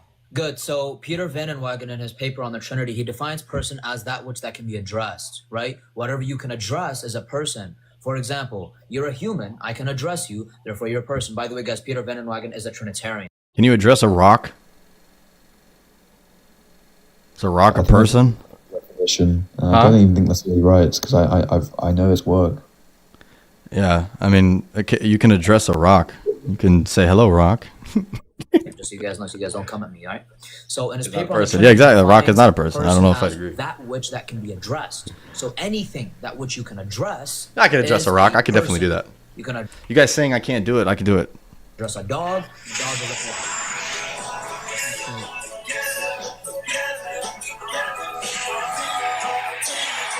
Look, he's emoting. Look at the emote. Easy notes in there. Hit him with the emote again. Gonna start. Yeah, and I'm sorry, guys. That which is to be addressed. I don't really go in that. Dude, I'm a scholastic nerd, bro. I don't go with stuff like that. I'm sorry. Start the time I again think here. it's 3, good. 2, Takes 1, go. And so when you say being addressed, does that entail a relational distinction in essence? Like when you say that something is addressed, can we make a categorical distinction of, between that which is addressed being that it's a particular and that which is addressed being that it's a relational distinction in one essence? Do you understand that distinction? Yes or no? sorry, that was gibberish. Can you disambiguate that? He's making a distinction between the created order and like the creator regarding relational distinctions, maybe. I don't know. Guys. Maybe. That's gibberish. Okay, it's not going to get you out of this, man. This is not going to get you out of this. I really hope you know that it's not. Are you going to disambiguate? Calling everything gibberish is not going to get you out of this. It's just not. Okay? I was about to say we just wouldn't accept that definition for person. That's just not that's not the historical position of what a person is in the church. Yeah. But so yeah. we just wouldn't use that. Yeah. So if you're not going to answer my questions, this is just going to get really boring. So I'll go ahead and like repeat the Okay, Qtop. Yeah, okay. I understand your argument at the moment. I figured it out. question, right? Because like you're just going to keep saying what do you mean, and then I can just say, well, like what do you mean by what do you mean? So this is just going to go nowhere, right? So I'll go ahead and repeat the question. Okay, is there a categorical distinction between a particular and what we mean when we say the person of the Father or the person of the Son or the person of Christ? Is there a distinction between a particular and a person? Yes or no? Yeah, according to your paradigm, you would say that there is a distinction due to the very fact that the Son and the Father and the Spirit, these three are simply not universals or particulars. So they're not addressed as the mode of existence of a particular or the mode of existence of a universal. So the answer is no. Yes, there is a distinction according to your paradigm. Okay, so Spray cheese for $5 again. Thank you very much. He says Qtop emoting is not helping him with the Fortnite skin allegations. you understand my paradigm. YouTube chat's going crazy, bro. Acknowledge that we don't count particulars the same way that we count personal relations. Okay, perfect. So now moving on from that, what is a particular? Sorry, yeah, a particular is something that which is instantiated from a universal. Okay. Okay, and so everything that exists as a particular, you would agree that it is divisible? Divisible as in separable? Yeah, divisible as in the universal that grounds it is the particular is a particular instantiation or instance of the universal. I think that even if something was an instantiation of something, that doesn't necessitate that they're separable. Yeah, but I mean, like, there's an analogy of the circle. The analogy of the circle is actually used by some of the scholastics actually, where they say that like the radius of a circle is truly a different particular than like the circumference of a circle. But if you remove either of those values from the circle, there's no longer a circle, right? So like they'd be considered inseparable for their identity. I don't know if I'd say that like that goes. Yeah, a particular is an instantiation of a universal. That's what you just asked. Is that what you meant to ask? That's what I just said. Yeah, Yeah, and I just answered it. Okay, perfect. So, yeah, yeah. So he finally answered a question, guys. Okay, so now that we understand that a particular, right, is Said so. Since when are you Christians actually funny, brother? Listen, I'm a comedian first. That's where I start at, and then I do apologetics afterwards. It's a secondary. the instantiation of a universal, meaning that particulars are divisible. Is it the case that you can divide God? Is God divisible? When you say God, what does God pick out here? Allah or Father, Son? Bruh, there's no way. Somebody in chat predicted this, by the way. That freaking Qtop would have asked something like, oh, what about God? And then he says, can you define God? That's crazy, bro. Holy Spirit. Yeah, so we're obviously talking about. Yeah, God Logic said that, bro. That's like, crazy. Where you're at, we're having a discussion about the Trinity right now. Yeah, your God. If you mean your God, then your The God rhetoric is crazy, definitely bro. can't be divided due to the very fact that your God is logically follows that there's three essences. Wait, so What? Logically fault. Yo, dude. W eunomius, guys. He hasn't W- even instantiated that though. W eunomius, man. how does it logically follow that because there are relational distinctions, this would necessitate an essential distinction? How does that follow? Yeah, that's a good question Yeah, to I'll be tell you. honest. So that's actually one of my arguments. So due to the very fact that we understand that Jesus Christ, and you accept the law of transitivity, so Jesus Christ, the Father and the Spirit, we understand that they are God, and we understand that God, there exists exactly one God, and this God is a Trinity. And we understand that for all x, if x is God, then x is a Trinity. And if Jesus is God, then Jesus must be triune, because for all x, if x is God, then x is a Trinity. And otherwise, if you don't accept that, you fall into a contradiction. And if you do accept that, you get multiple gods. And that actually comes from modus ponens. Yeah, so it seems like you don't understand the distinction between essential distinctions and difference? relational distinctions. So I'll go ahead and cash this out for you. I did it in my opener. Essential distinction and relational distinction. See, dude, like my scholastic brain is just not jiving. Essential distinction. That would just be like a major real distinction, yeah? A major real distinction versus a hypostatic distinction? Like in terms of it, like with primary substance? He's arguing that they're going to be essentially like hypostatic, right? So he's probably going to say that there's going to entail three essences from them being like essential distinctions. Which I don't know how that's going to follow though. And then like the nervous laughter, I see it a lot. So yeah, like a relational distinction wouldn't be essential because a relational distinction Does is the does that lead to a question, Qtop? It only it's going It only it's going to lead to a question. The relational distinction is a mode of subsistence. It doesn't actually affect the content of subsistence. So can you? It only What? It's going to lead to a question. The relational distinction is a mode of subsistence. It doesn't actually affect the content of subsistence. I thought he said essential distinction. I got really confused for a second. So can you please give me what the like mediating principle would be, justifying how something's mode of subsistence necessarily would dictate the content of subsistence? How would that follow? You define mode of subsistence as? He did say essential distinction. He said it in chat. Essential distinction. Yeah, that would just be like a major real distinction in our view. Right? Like in terms of it denoting substances, but I don't know. Relation in an essence. I've just never heard somebody use that. Okay, so before. meaning Jesus and the Father? As an example? Meaning the persons, yeah. Okay, good. So if you have three persons and we use the law of transitivity, which is the principle that you're Hey, any mods in here, by the way? Can you go ahead and block the fake God logic in the chat, please? asking for, when we use that law and we come to the very fact Not God logic 2. That's the real one. that the Trinity is the only God, right? And that for all x, if x is God, then x is the Trinity. Or for all x, if x is the Trinity, then x is God. Then it would follow that either Jesus is a Trinity, and that means that there are more gods, or you would come to the conclusion that Jesus is not the Trinity. Therefore, Jesus would not be God. The principle is the law of transitivity, meaning A equals B, B equals C. Therefore, conclusion A equals C. And unless you reject that law, Let us pause the time quickly. I just want to, guys, and please concise answers. Most answers should be very quick and concise. If all the answers take forever, I've read De Ante et Essentia, actually. I've also read commentaries on De Ante et Essentia. Usually when he's referring to something as a distinction by essences, that's usually what he would just call a real distinction. That's how he denotes whether or not that there's more than one anything in God. and we waste each other's times. So just keep that in mind. I'm going to restart the time again. Appreciate you, brother. So the law of transitivity, the law of transitivity of identity.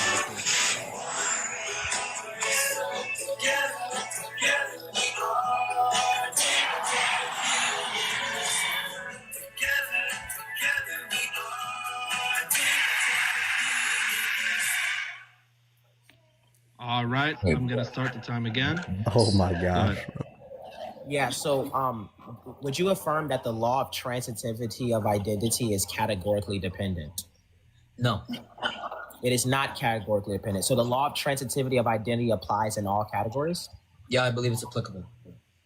Okay, perfect. So the law of transitivity of identity would also be applicable in parsing through universals and particulars? It would apply everywhere. So a universal is the same as a particular? No, you'd have to explain how the law of transitivity demonstrates that. Yeah, well, the law of transitivity of identity, I thought that you knew what it was. It's just saying that, like, well, look, everything true of X is true of Y. So the law of transitivity of identity is just essentially Leibniz's law. That it's just saying, like, well, look, if something is true of X, then like all these properties true of X is also true of Y. So I'm asking you, like, Well, I mean, I think he's asking it like saying, like, if we use like a tree, for example, if we say that this maple is a tree, right? This, what's another type of tree? This willow is a tree, right? So then therefore this maple must be a willow. Because a tree would be the universal. So like, does that work in that case? if Maybe. this law would be applicable to universal Yeah, I don't know how transitivity ends up being Leibniz's law, though. That's I don't agree with that at all. That doesn't make any sense to me. particulars, Those are definitely not the same. meaning that a particular is that identical in any sense to the universal. I'm just pre-firing what I think the argument is. I actually don't know if that's the argument yet. I'm not going to lie. Firstly, to address your blunder, the law of transitivity of identity is not Leibniz's law, right? You're confused. You don't know what you're talking about, right? Yeah, that was a Leibniz's blunder, law I states can't lie. specifically that for all X and Y, if X and Y That was not share the same great. properties, then they're the same thing. The law of transitivity says A equals B and B equals C. Therefore, this. Yeah, no, in case anybody in chat's like still curious, I didn't say that that's actually what Qtop's argument was. That's what I assume he's trying to get at, and that it hasn't been actually given yet, maybe. I don't actually know if that's his argument. To be honest. Yeah, I was about to say, that's kind of what I'm just predicting that this is going to eventually lead to. Entails necessarily that A equals C. All right, so you're confused. You don't know what you're talking about. Go ahead with the next question. Now you know the distinction and the symmetry breaker between the law or the Leibniz's law and the law of transitivity. They're not the same thing. Yeah, so they actually are the same thing. Leibniz's law says everything true of X is true of Y. And so if we actually like apply this out, that No, it doesn't. No, Like, because like transitivity just tells us how identity behaves, right? But Leibniz's law is just going to be telling us what the identity is. So you can make like a similarity, but I don't know how you're going to say they're going to be like the same or identical. Yeah, no, that's So a it's a that's law that's a of that's a blunder, so the man. law That's a of blunder. transitivity of I identity think is that's a pretty Leibniz's bad law take. actually cashed out in a particular domain, right? So if you say A equals B, B equals C, then A would equal C. That's just simply Leibniz's law, because in order to actually form that statement, it would just be the case that A would actually have to be identical to B, meaning that everything true of A is also true of B. So with that being said, can you please give me the symmetry breaker? I'm going to ask again, can you please give me the symmetry breaker between, if it is the case that a particular is identical to a universal, can we apply Leibniz's law or the transitivity of identity to particular? I'll let you up after I'm done reviewing though, Qtop, because like I don't want to like kind of make it up, make it get out of. Wait, how long is this debate, by the way? Oh, I'm gonna be skipping through some of it here. Particulars But- and universals. On this com, just in Can we case half. like he could like Sorry, rise for like that's 30 gonna be a seconds loaded and question. drop. Yeah. 'cause, he won't Yeah, be we'll able just to do for it the that whole way. time. Maybe we'll let him explain real quick. Yeah, I want to know what he's like thinking. I have to go soon. So yeah, like just to clear up some things with like the essential and row distinction. Essential distinction just deals like some sort of distinction in essence. A real distinction is just some sort of distinction in reality itself. So all essential distinctions are real, but not all real distinctions are essential. So like when I asked him, look, like all particulars, it would just be the case that like any set of particulars would be like essentially distinct, meaning that they don't share the same essence because of their participation in existence. So their participation in existence would be some sort of essential property of the essence of a particular. Would you say that if there is a distinction in reality, that there is an essence that's denoted of the two reference? So you can think about it like this. That's a good question. Like your hand is distinct from you, right? But your hand is really distinct, right? But I wouldn't necessarily say that your hand would be essentially. It would just be like how you would cash That that would be out. that would be a minor real distinction. That would be like a modal distinction. Yeah, so I think the way that so I think when you guys say like major real distinction, I think you're talking about an essential distinction. And when you say minor real distinction, I think that's what I'm just referring to when I say a real distinction. I think it's just some sort of like semantic hang up. Does that make sense? I mean, like, I understand what you're saying. Yeah, it's just like when you said an essential distinction doesn't entail a real distinction. That's when I got, or sorry, vice versa. I got really confused there because, like, if there is an actual real distinction, and it would denote an essence. That's why I was confused. Well, you can have like real distinctions of relations, but not have essential distinctions. Like we'd say, well, look, there's three persons, right? And the three persons are like really distinct in virtue of relation, but they're not essentially distinct. There's not three different essences. So the persons are really distinct in your view? Yes, in virtue of relation. I am not Eastern Orthodox. So I think you're reacting from like an EO perspective. What do you think my perspective like is? Do you hold to like a monarchical Trinitarian view? Yeah. So how do I go against what you just said? Well, I think you guys would say, and you can correct me if I'm wrong, that the unity of the Godhead is expressed in the person of the Father. Correct? Or no. Okay. Well, so the origination point to the Godhead would be in the Father, but unity would be expressed in all three persons in perichoresis. Yeah, I think we're cashing out unity a little bit differently there. In the Western view, we'd say that look, like the Father is co-equal and co-eternal with the Son, co-equal, co-eternal with the Spirit. This is just a difference in like the way that we would like cash this stuff out. I don't think it's that big of a deal for the sake of this live right now. Yeah, I just want to. I'm just going to continue doing this, but yeah, thanks. Yeah. And then about the whole thing with what was the last thing with the transitivity of identity. So I realized like, look, I know what the transitivity of identity is. What I was trying to get him to understand was that Leibniz's law is categorized in the transitivity of identity, depending upon what type of identity you're actually invoking. So when he says A is identical to B, B is identical to C, therefore A is identical to C. When he says that A is identical to B, right? Like he has to actually express what type of identity he's actually talking about. Because if he's talking about like absolute identity, that's going to be cashed out differently. If he's talking about relative identity, that's going to be cashed out differently. So like if he's just saying that if he just says like it would just be necessary that the transitivity of identity would just like necessarily denote this like absolute identity, then that's literally my whole point. You like Leibniz's law is categorically dependent. So it wouldn't like he couldn't actually cash that out. Which was my main, yeah. Are you arguing, just to clarify, are you arguing both are categorically dependent or just the transitivity? I'm sorry, ask that again. You were saying that like Leibniz's law is categorically dependent or not, just to clarify. Yes, Leibniz's law is always categorically dependent. Yeah, that's fine. People are saying rise Leibniz now. All right, I'll catch you guys later. Rise Leibniz. All right, let me go ahead and keep this in. No. What? That's crazy. That's a rise on us, bro. All right, let's go ahead and keep going. Thank you. Sorry. I have a lot of things that I want to say, but it'll derail the debate. I don't want to. Christian Cope kind of actually called how I was feeling. Exactly why? Because I don't believe particulars at all can be identical to universals. I think that's gibberish. And you know my ontology. I'm a conceptualist. So start the engine back up, bro. Ask the right questions. Go ahead. Yeah, so you made a blunder there. Thank you for not answering my question. A conceptualist has nothing to do with a divine conception. You said that last time. But yeah, so now that you've pivoted from that, I'm going to ask it maybe in a different way. The law of transitivity of identity says that if A is equal to B and B is equal to C, then A is equal to C. This will just be a different expression of Leibniz's law, because when you say that A is equal to B, you're just saying that everything true of A is true of B, right? So I'm asking you, if you do not think that the law of transitivity What's going on, Cleve? How you doing, man? is non-categorically dependent as being explicated by Leibniz's law, okay? How can you explain Somebody rise Aquinas. any identity in reality? Can you give me two things besides a mathematical equation, two particulars that are absolutely identical? Well, no, because due to the very fact that there is two, they wouldn't be absolutely identical. Like, what's wrong with you? If there's two things. Hey, yo.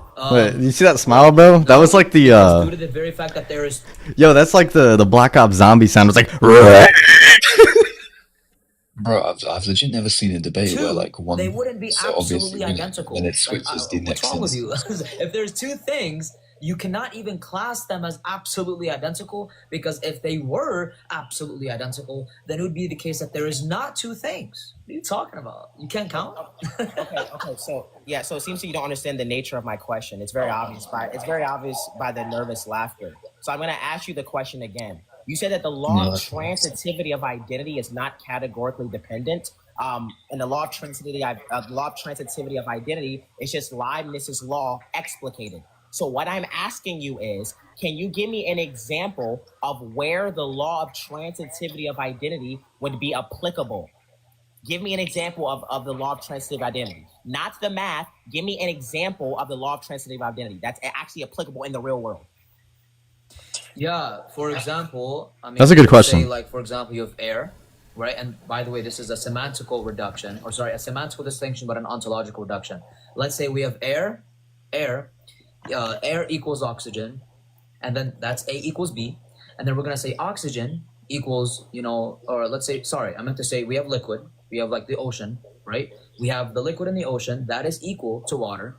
Water equals H2O, therefore H2O equals liquid in the ocean. That's an example of an ontological reduction, but a semantical difference. Do you understand how this can apply? This is due to the very fact that A, B, and C are all equal.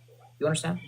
Yeah, and so you actually just demonstrated my point. So what we're talking about is we're talking about H2O, we're talking about water. We're not talking about any relational distinction within that. So we're talking about the same category, right? So this would just show that it's categorically dependent. So can you give me an example of the law of transitivity of identity that is talking about two distinct categories? Yeah, the point is there is not a distinction. There's only a semantical distinction. Why? Because A equals B.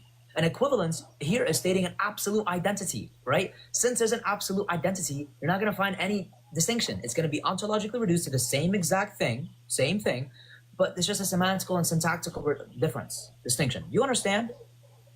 So you're not answering my question again. I told you why it's very obvious by the nervous laughter. So let's actually bring this back, right? Let's bring this back. Can you repeat the question I've even been asking you? Yeah, you're asking me how can we demonstrate the law of transitivity? How can we demonstrate and apply this to the real world? I can track, but you can't track why I'm answering the way I'm answering. No. I asked you, is the law of transitivity of identity categorically dependent? You said no. So then I said, demonstrate in the real world how the law of transitivity of identity is not categorically dependent. And you haven't done that. All you did was you talked about water and H2O, right? That's the same category. H2O is water. There's no relational distinction in there, right? So when we talk about the Father, Son, and Holy Spirit, we're saying, well, look, these are identical in essence, but there's a different relational distinction because one is begotten of the other and one proceeds from the Father and the Son. So I don't understand why you're making this weird blunder. So I'm gonna ask you the question again. Can you please give me an example of how the law of transitivity of identity is non-categorically dependent? Yeah, to simply answer your question is actually close to an argument from silence, and I'll tell you exactly why, okay?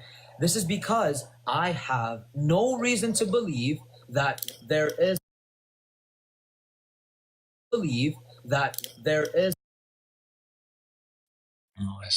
I'm not given a justified reason, has to believe the contrary, therefore I accept the former. All right. So Qtop, it's your job to tell us why there's a categorical dependence. I believe there isn't because I believe the law logically follows everywhere, and I see no defeater. Thank you.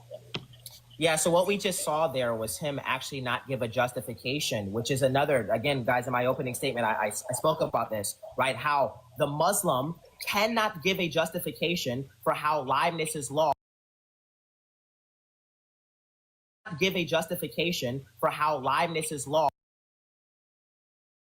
the Trinity is we speak about essence and personal relations. I mean, we have three personal relations in one essence. So you can't apply the law of transitivity or identity because these things are categorically dependent, right? You said they're non-categorically dependent, but you couldn't even give me a justification. So we'll move on from there. What's my time? Wife is touched out. I think I'm almost okay. Okay, perfect. I got Okay, this. perfect. You know what I'm saying? Okay, went over that. Okay, I'm gonna wear the baby interesting. for a little bit. No, it's not live. Can you define what we mean when we say essence in a Christian doctrine?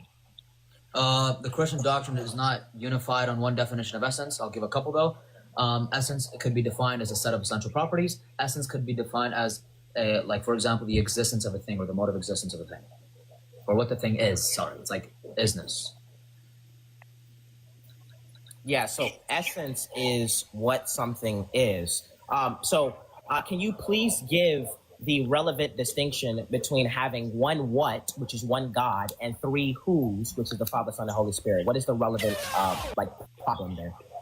Okay, the relevant problem is that three persons that are distinct, that which all share the same divine essence. She's very upset, bro. She won't go to sleep. Due to the very fact that counting by identity, Bro, I need to go to sleep, bro. It's 4 a.m. nearly. That's the relevant problem here.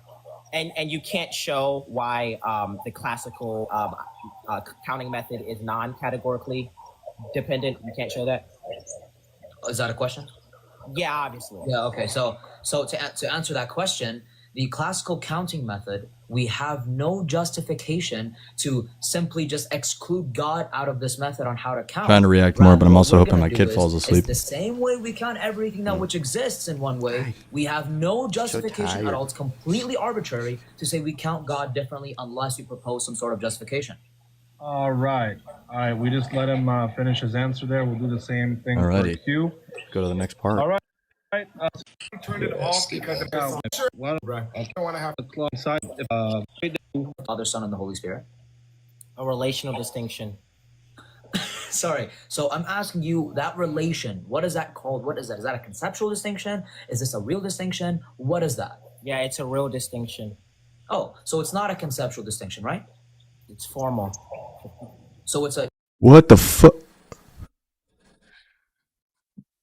You just said the persons are formally distinct?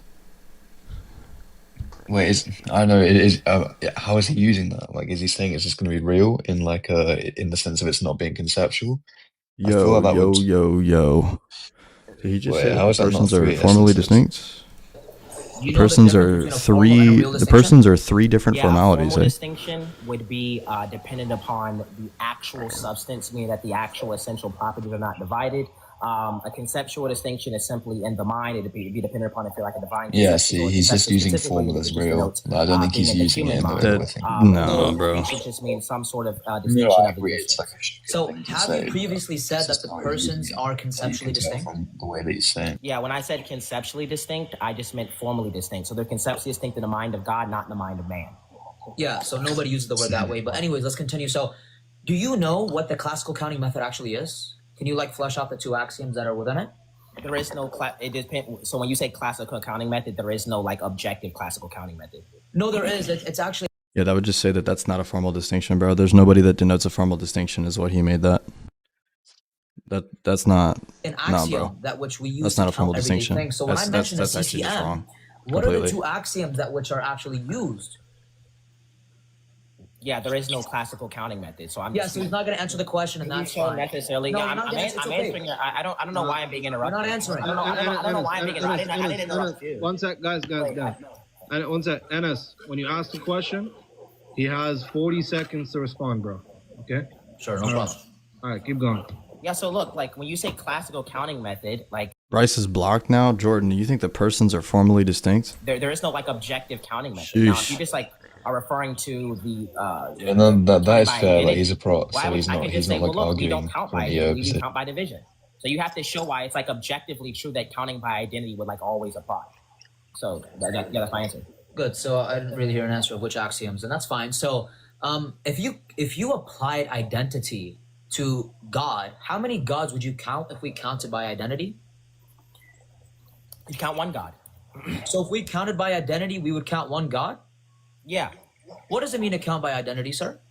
Yeah, well, you didn't actually specify what you meant by identity. In the Christian context, we count by impure relative identity, which is a type of identity, which is just to say that there's one essence, but within that one essence, there's distinctions of relation. So we count by relative identity. I understand you're a Protestant, Qtop, but when you say that as a formal distinction, right, that's something that was literally coined by John Duns Scotus. So, like, your definition of a formal distinction is like your own. You made it yourself, bro. Like, how do you expect him to know what that means? He could just be saying that there's going to be like a real aspect or a formality within a single essence, right? Which is not identical, but you could still say they're inseparable. So in the way that he's using it, it may not be an issue. Yeah, but the persons being formalities though is wild, bro. Because a formality doesn't denote any kind of like substance in any sense. That's. Again, I don't want to like bring him up again to be unfair, but like you can understand what I'm talking about.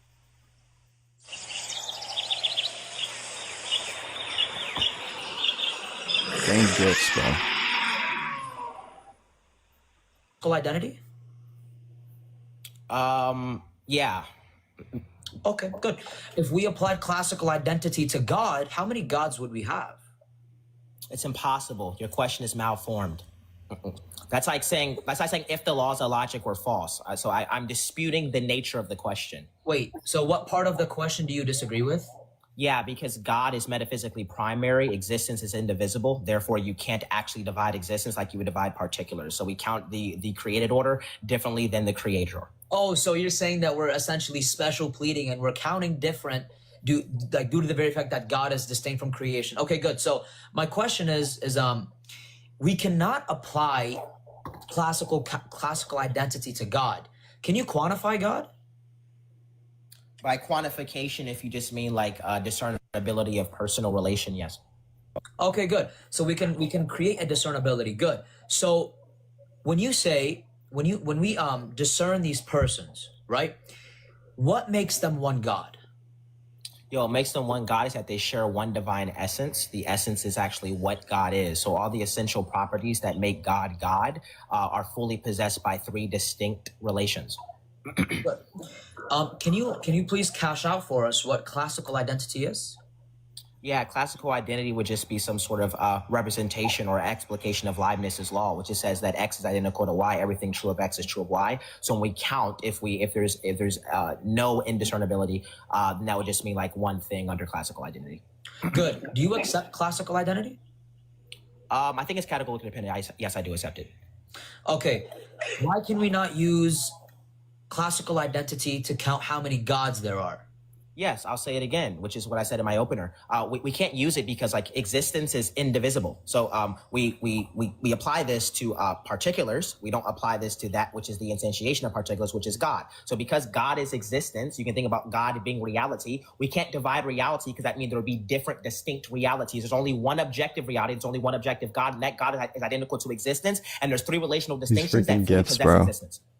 Okay, good. Thank you for that answer. So would you say that when you say that God is identical, you said that God is an instantiation of a particular. What does that mean? Yeah, I never said God was an instantiation of our particular. You did. I said that God instantiates all particulars.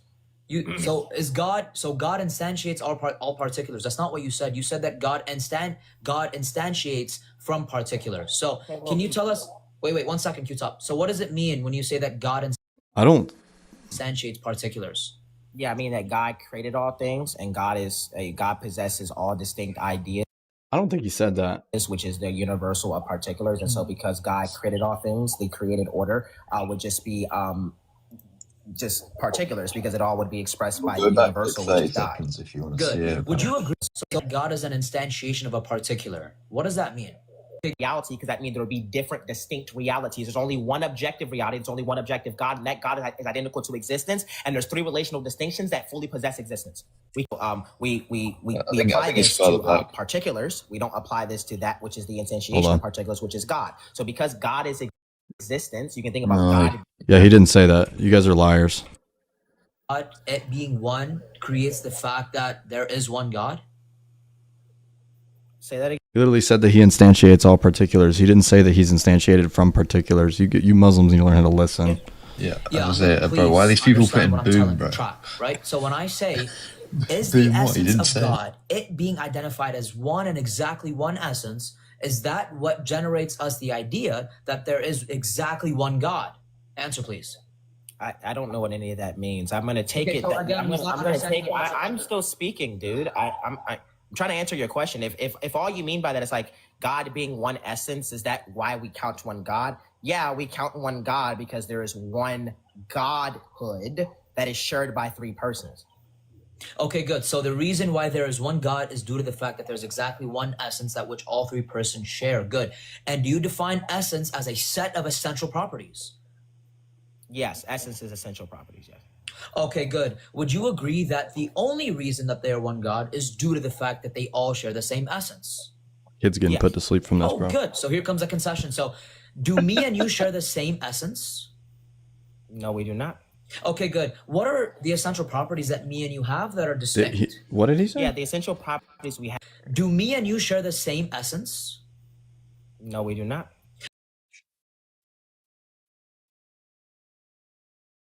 Fair enough.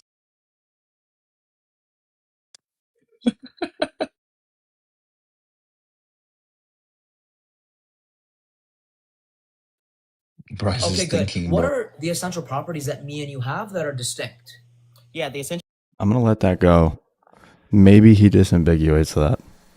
properties we have that are distinct is our participation in existence. Yeah, bro rejected Chalcedon. Yeah. So we participate in existence in a different way, right? So I exist in a different way than you. So we both possess the human nature, but the way that we exist is distinct because our The Council of Chalcedon explicitly states that all humanity is one essence. That's explicit at the Council of Chalcedon because Christ in his two natures, he's consubstantial with us, meaning that we are of the same essence as Christ in his human nature. So we have to all have the same human nature, brother. essence is not identical to our existence, right? And so it is the case that we, as being humans, right, we are. You saying that nobody possesses the same human essence, then therefore Christ does not possess proper human nature to redeem it. That like destroys the entire point of the incarnation, brother. Particulars of the humanity universal, right? And that humanity universal is divisible. I'm not letting anybody else up though for this one. I'm just giving my 2 cents. Because what God is, he's identical to. Maybe he'll further explain. God is identical to existence. We are not identical to existence. So we participate in existence in two distinct ways. Thanks. So, again, I'm going to ask you this. Do you understand what an essential property even is? Yeah, an essential property would just mean that like something that makes an essence what it is. So if an essence does not have an essential property, then the thing actually wouldn't exist. Okay, good. Qtop, humans have two essential properties. What are they? I mean, whatever you define them as. No, what are they, sir? What are they? You say essential properties in humans? I mean, we have the human nature. Sorry, that's the essence, right? I'm asking you the two properties that make up the humanity. What are these two properties? I'm not done asking Body and soul. my question. What are these two properties in which every human has to make them a human? What are they, sir? I mean, look, if by properties you just mean like what we possess. Like I mean, we possess rationality. We're agents. Like I don't really know how this is relevant. Yeah, it's relevant, and you'll see why. So, which properties? It's the last time I'm asking this. Which essential properties do me and you have that make us a human necessarily? Yeah, we have the ability to reason. We're made in the image of God, and we have agency. Sorry, I didn't hear properties. I just heard like some sentences. So we have rationality and we have animality. Would you agree that it's necessary for a human to be a human? They must have rationality and animality. Yes or no? I literally just said reason, so yes, and then I said act, which is agency. So I literally just said exactly what you just said. So how? Oh yeah, how so animality is agency now, right? So how did I like misrepresent that? You're asking a question. You can ask a question. Sorry. Thank you. So yeah, you didn't mention animality, and that's okay. Sometimes you don't know things. That's fine. So my question is do me and you both have animality and rationality? Yes. Okay, good. And we understand that if X shares the same essential properties as Y, then X and Y share the same essence. Do you agree with that biconditional, sir? I think it's categorically dependent. So no. Would you agree with it in this category? No. Why? Yeah, because we have different participations in existence. So the universal is divisible. So we are distinct. We are not the same person. We are distinct. And the reason we are distinct and the reason that we're not the exact same essence is because we have essential categories and properties that are distinct. We do not have the same essential properties.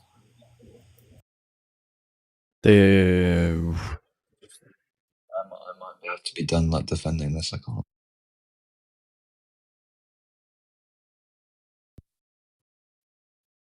Someone clip that Bryce J face. Okay, good. So do you understand the difference between an accident and an essential property? Yes, an accident is something that is not necessary. An essential property would be necessary. So in he like collapsed like person in essence, bro. God, there is no accidents because God's existence is necessary, and His essence is necessary because God's essence is identical to His existence. So accidents are contingent, meaning that they could have been different, and something being essential means that it's necessary. It's an essential property of an essence.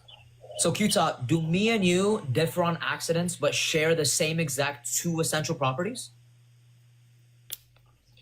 When you say do we differ on accidents, and by accidents you just mean the contingent properties that we have, and by essential properties you just mean rationality and agency. Yes. Animality. Animality is a type of. I don't look. What do you mean when you say animality? What is that? Can you answer the question? What is that? I'm asking. Can you answer the question? I need clarification on what you mean when you say animality. Look, I need clarification. I don't understand you. All right, I'm gonna pause. He wants clarification, so we have to grant him that. Go ahead and clarify. Okay, good. So animality, I'm gonna just grant to you that it means agency. It has no relevance to the argument whatsoever. Are you gonna let me? Hey, yo, he's doing a Dax, bro. You're insane. You're in pain. I could tell by what you're saying. My bad. I forgot we were fragile. Like, he's doing like the Dax thing now. Where you see this Dax laugh? No, that laugh is crazy though. I can't lie. Are you okay? Are you all right? All right. Okay, so that was just a waste of time. Go ahead, dude. What's wrong with this guy? I'm gonna start. That was embarrassing. That was forced. Anyways, I'm gonna start the time now. All right. Yeah, thank you. So I can grant to you that animality refers to agency. That has no relevancy to what we're talking about. Okay, I'm gonna grant to you that animality is agency, although that's not what it actually is. So now my question is do us differing on accidents distinguish us from the same essence of humanity? Yeah, so humanity is a universal. So humanity can be shared by many particulars. Yeah, so that's not my question, okay? My question specifically is, Qtop, is do we have different essences due to the fact that we have accidents which differentiate us? Yes or no? We have different essences, yes. That's not my question. I'm going to ask it again, okay? Do we have different essences due to the very fact that me and you can differentiate each other from our accidents? It's not just due to that fact. I've already clarified this. I can clarify it again if you're just not linearly tracking. Yeah, we have different participations in existence because the universal humanity is divisibly shared by me and you. The universal humanity is not identical to existence, meaning that the universal of humanity is contingent, not necessary. Everything in God is necessary. Everything in the creation is contingent. Okay, stop going on side tangents. Well, that's fine. So when you say act of participation, what is that? Does that pick out like essentialism, or does that pick out accidents? Which one?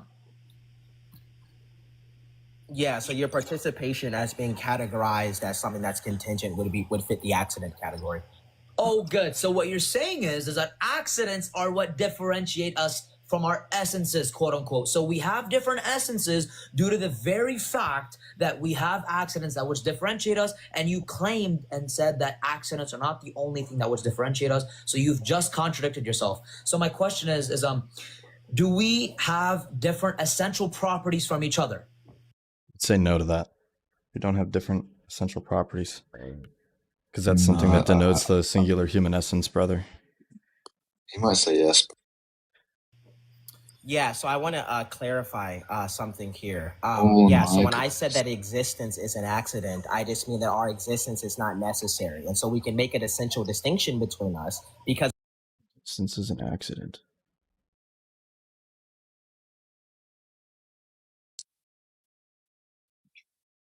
Interesting. Wait, Bryce, did he say what? Existence is an accident? Yeah. I'm so confused. Is the mode of existence not what's going to be like denoting how we exist with essence? That's not a, yeah. Because, so existence is something that you participate in, right? So if you'd say exactly. the act of participating in an existence is an accident, that would be different. But like existence itself is not like a property. our essence is not identical to our existence. Because existence is indivisible and everything in the creation is divisible, meaning it's a particular, meaning that it's a relation to a universal, right? That wouldn't actually be applicable. So can you actually tell me exactly what the blunder there was? Because I literally just asking a question. Existence is essential, not an accident. I just said the wrong thing there. Qtop for Qtop on that one. He clarified. And Ness has already said that Fair he enough. holds to like existence not being a predicate, like the Kantian view. Qtop clarified. He just didn't mean to say that. Qtop. I just clarified. I just clarified. Yeah, it's a clarifying question. No, asking what blunder is not a clarifier. It's a That's not a clarifier. clarifier. No, it's not. Yeah, No, it it's is a not. clarifier. You just be calling anything a clarifier. Yeah, It's not a Hold clarifier. on, wait. Pause time. You guys, you got to ask a question. You got to answer the questions directly. We can't keep going back and forth like this. So let's keep the flow. Ask a question, real simple response, and let's keep the flow going. Yeah, I'm asking a clarifying question because Yeah, I actually want to. I paused for you so you could ask the clarifier. Go ahead. Okay. Yeah. So I want to know what the mediating principle was when you said that when I said accident, there is no distinction between existence when it comes to divisibility or indivisibility among particulars. So what is the mediating principle? Why is it the case that an accident couldn't be referred to as some sort of existence category? I want you to clarify what you mean when you What? said that Wait, I rewind. contradicted myself. Yeah, you contradicted yourself when you specifically said that accidents are not the only things that which differentiate us. Rather, there's things outside of I don't know. Maybe I just didn't get it. differentiate us. just go Rather, back. there's things outside of accidents. You said that that is outside of the category of accidents. Therefore, it would follow that you contradicted yourself because you stated that A, you are not only different than me by accidents, and then B, you said we are different in another way that is outside of accidents, which is called the act of participation. And C, you said that act of participation is an accident. Therefore, there's a contradiction. Now, let me move on to my question. Okay. No, I'm still clarifying. It's not a back and forth. You're not It's gonna- not a you're back not and gonna- No, I forth. know what you're saying. No. Yeah. Yeah, I think he misspoke. I think he meant to say that the existence was essential, but the act of like existing within it is like Yeah. accident. Anas caught him saying that it was an accident immediately and basically reductioed that like right off rip. I gotta ask a question. Guys, taking my time. hey, please stop. Thank you. All right, we're just gonna move on. I'm gonna start the time, and just continue with your questions, please. Go ahead. Thank you. So do me and you share the same exact essential properties? No. Which essential properties do we not share? And please name them. Yeah, we do not share the same participation of existence. Sorry, is that an essential property? Yeah, it is. According to who? According to me, according to logic. Oh, Bryce, don't laugh. Don't do it. According to Do me? it, Sorry, bro. sir. When you say active participation, that's going to be external to the essential properties that we've already established as being the two, animality and rationality, right? So Are you still upholding that standard that we both share the same essential properties insofar as us having animality and rationality? Because according to you, you're contradicting yourself now. So please answer my question. Do me and you share more than 2 essential properties? Yeah, I see you're getting very emotionally flustered and you wanted to pivot from the last point here.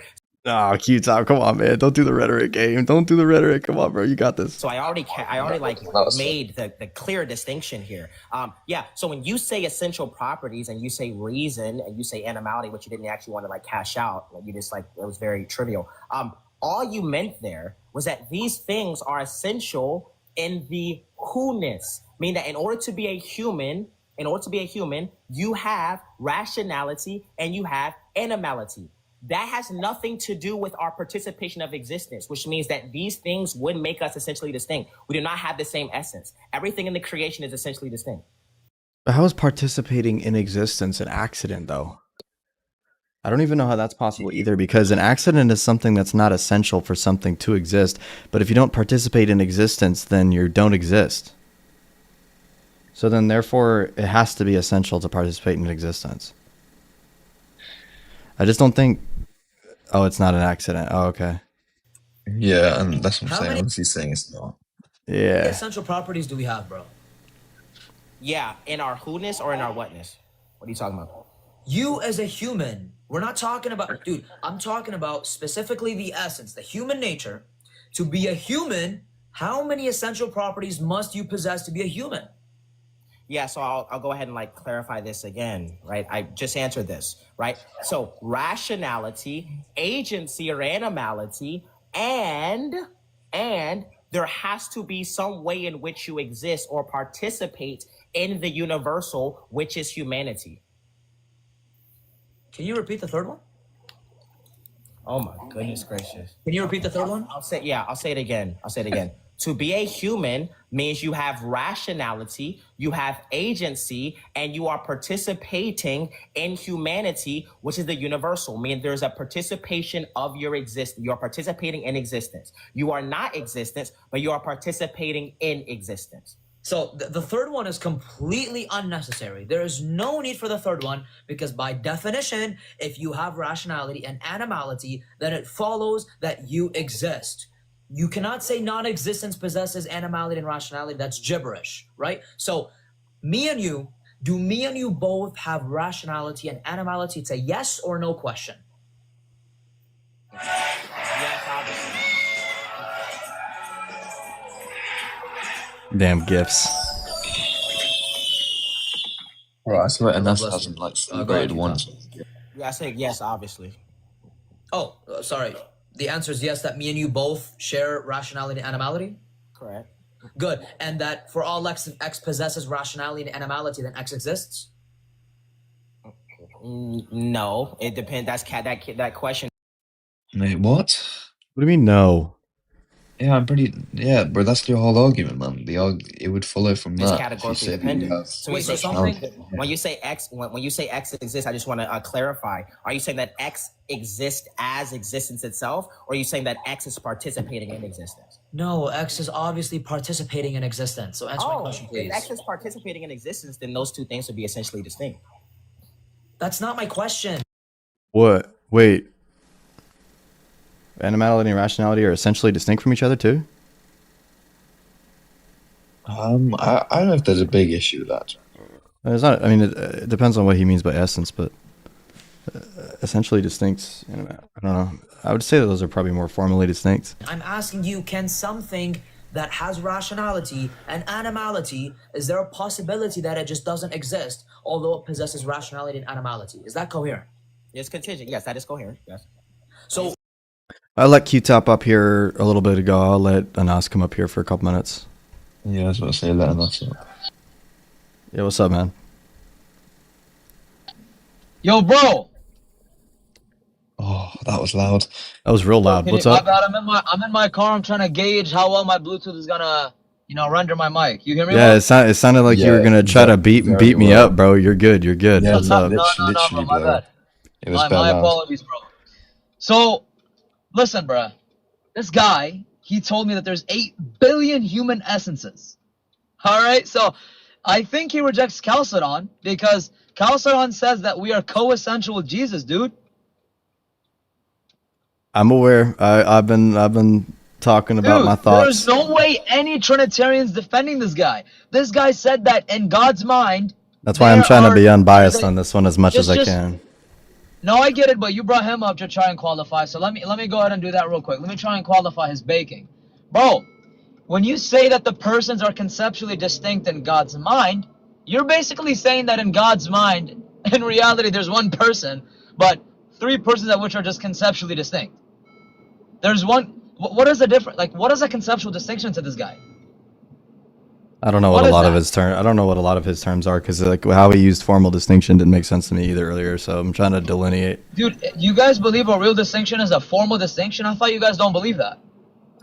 We believe that a formal distinction is a real distinction, like secundum quid. So in a sense, so it usually would denote formalities or objective definitions Are the within persons something. formally distinct, bro? Like, how's that no. not three essences? No, they're not formally distinct.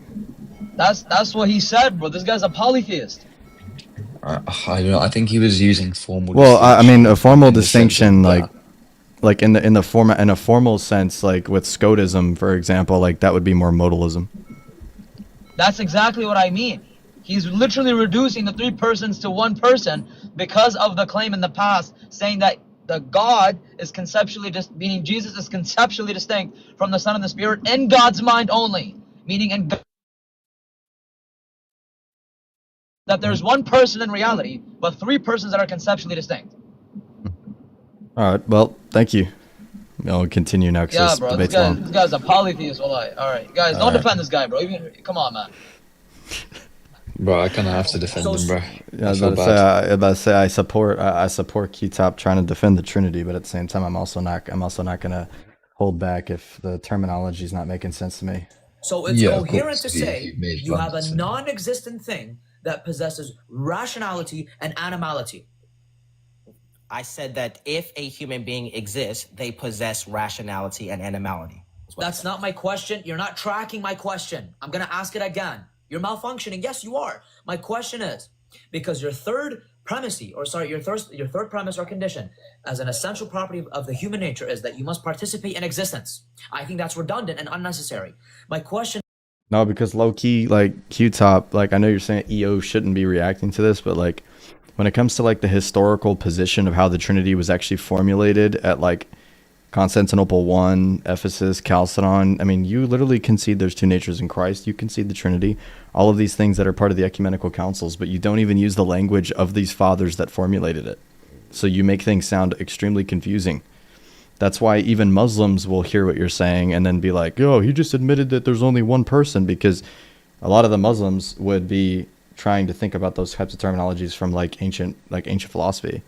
That's the only reason why that like a lot of the things that you say don't make sense to a lot of like apostolic Christians, because we take the philosophy, because we accept the dogmas, like as you accept the dogmas, but we also accept the philosophy that determines these dogmas to be the case in a logical format. You explain these dogmas from a different like you have different terminologies for your philosophical if you possess animality and rationality, do you necessarily exist if you possess these two, or is there a possibility that you don't exist if you possess these two essential properties? Go ahead. If you possess those two, you must participate in existence, which you're running from. So Thank you. I said it's like Thank 3 you. times. Thank you. So you just conceded that your third condition of being a human, which is participating in existence, is redundant and unnecessary due to the very fact that if you have 1 and 2, which is rationality and animality, then it follows to be the case that Homistic semantics, Aquinas believes that we are consubstantial in terms of our essence with Jesus. Thomas Aquinas accepts the Council of Chalcedon. So you're not going with Aquinas. you exist necessarily. Clip that. So my next question is if me and you share this, I'm not done talking. You just made a statement, and can I that talk? statement didn't lead to a question. Yeah, you got No. Hey, Wait, you have wait. He just made a statement. that didn't lead to a question. You're just answering questions. Wait, you have to All let you're me doing is answering respond. questions. You believe that we are consubstantial but essentially distinct? I'm not addressing As that. long as you're leading to a question. No, that's not how a debate works, sir. You have to say the question. Guys, please. Do you know how formal debates are? You're so convoluted. Really low to Let me just clarify something. So when you have a cross exam commentary. You could only have commentary if it leads up to a question. Okay, so that's how it was in Qtop's. Identical in form, different in participation of existence. Can you show me a shingled church father that agrees with you? Turn, and that's how it should be in Apex's turn as well. So unnecessary commentary, avoid it unless it leads up to a question. All right, I'm gonna restart your time. Hey man, I got a lisp. Sometimes I get a lisp. Don't be getting on me about that. You guys are messed up. I'm gonna start it late because you guys were yelling and it was going for about 7 seconds. So All right, so I'll start it after 7 seconds. Go ahead. no worries. So Qtop, since you said that everything that which has rationality and animality necessarily exists and participates analytically, it's analytically true. So if me and you share Analytically true. Heck yeah. Sorry, Anas, when he explicates things, are funny as well. the same essential properties, do we share the same essence? Yeah, by essential properties, if you just mean that which makes an essence, then yes, we Matthewites are heretics, fool for Christ. will share the same essence. But that does not Okay, good. Augustine believes that we all share the same essence. He says that in De Trinitate and City of God, Qtop. So does not mean that we do not participate in existence differently, which is what I just said, which is what you actually are just running. I don't know why you are. Yeah, Q-tip. That wasn't my question, right? So my question specifically was, Hey, if wait, me wait. and you No, share the same properties, then it follows. Sorry? No, Qtop. Yeah, my fault. Q-top. So Q-top, if yo.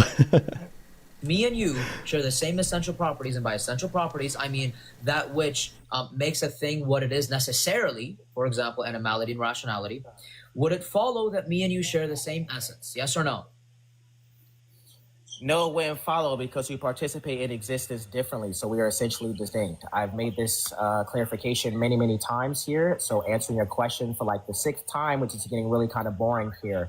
We are essentially distinct because we participate in existence differently. Our essence is not identical to existence. Existence is indivisible. So we just be participating in existence differently. Good. Is participating in existence differently? Is this like or is like participating in existence itself? Is this going to be something that is essential, like an essential property of humanity? Yeah. So all particulars participate in existence differently. So it would definitely apply to you. Yeah, you're good, Yeah, Reductio. like for Good night. example, like you riding a bike and I'm walking. That's us participating in existence differently. No, that's not what I mean when I say participation in existence. So let me clarify. Maybe this is where the blunder is going on. So when I say participating in existence, what I mean is that because our essence is not identical to our existence, the way that we exist, the location in which we exist, these are all things which are contextualized as what we call the principle of individuation, which is why all particulars are essentially Individuation. distinct. Hell I yeah. think you meant individuation, not individuation, but that's fine. So yeah, I'm sorry. I just have to say it too. it's okay. It's okay, no problem. I just had to correct you there with that blunder. So, Q-top, would you say that our actions also differentiate us within the act of, or the act of participation? Ask the question again. I'm sorry. Yeah. Yeah, I know I'm childish, Qtop. I got it. So, would you say that our actions, that which we originate, Oh yeah, this baby's would out. these things be differentias or symmetry breakers between my participation in existence and yours? Actions have nothing to do with it now. Okay, good. So you agree that something can act different than another, but still share the same act of participation. Yeah, something can act different. We can do different things and just share a different participation in existence. Yes. So what exactly differentiates us when it comes to the act of participation? See, it's just like the definition of like participating in existence. Like I know obviously in God that he's identical to his existence, but also when we're talking about it in the intertrinitarian life, technically speaking, like the Son and the Spirit are participating in the way by which they exist in a different manner. As the Son is begotten and the Spirit is spirated, right? So like in the intertrinitarian life, you could kind of apply something in that manner, but with the way that he's saying that participation in existence denotes a different essence, that seems like that would then kind of lead to three essences in a sense, like if you have that definition. I don't know. I think participation in existence is a strange way to go about things being essentially distinct. Yeah, what differentiates us is because our essence is not identical to our existence, our spatial temporal location, okay, the fact that we're not comprised of the same matter, right? So I'm comprised of different atoms than you're comprised of. These things make us essentially distinct. Also, the fact that we are participating in existence differently. Again, I'll clarify what I mean by that because I think this is the crux of the debate. When I say participating in existence, all I mean is that because our essence is not our existence, we are participating in the universal of humanity, which is grounded by God. And so our existence, being an instantiation of a particular, would just simply be different. We are participating in the act of being in a different way. That's why we're essentially distinct. Yeah, dude, you're not answering my question. All you're saying is that we are not identical to our essence. Therefore, we're going to be essentially distinct. And you also begged a question earlier by stating that Bryce still not tracking. Black Boy, you're the same dude who said that the persons are formally distinct from each other, by the way. me and you, but by You're a stating, modalist.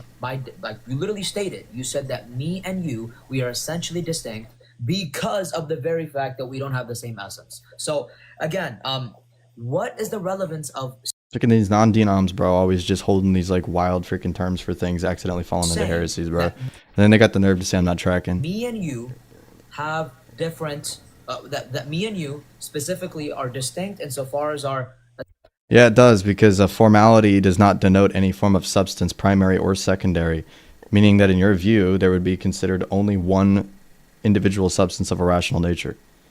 That's one person. insofar as our essence is not being identical to existence. A formality is just an objective definition of a referent. If you think there's 3 objective definitions of a referent, the definition itself doesn't actually denote any kind of existence on its own. Yeah, so I'm answering your question, but I think you think answering your question is dependent upon whether you think I answered your question. Answering your question is dependent upon whether I actually presented like propositional content to correspond to the propositional content that you're inquiring about. Now, I'll make the nervous laughter. You're thinking of a formality in a creature category? Oh my gosh, dude, SCOTUS does not make the distinction in a manner like that. Like, where are you getting your understanding of formalities I'll answer from? your question again. Participation of existence would just be instantiated. It would be like A formal distinction is something that is grounded in the theology of Scotism. So what do you either have to admit that you made up your understanding of formal distinction, or I want you to show me who else uses the way that you're using it in that It would case. just be like necessarily the case. If you Because SCOTUS actually believed that the formalities that are in creatures were univocal to God. SCOTUS believes in univocity of being. So saying, no, that's the way it works in creatures doesn't work. He believes that they're univocal.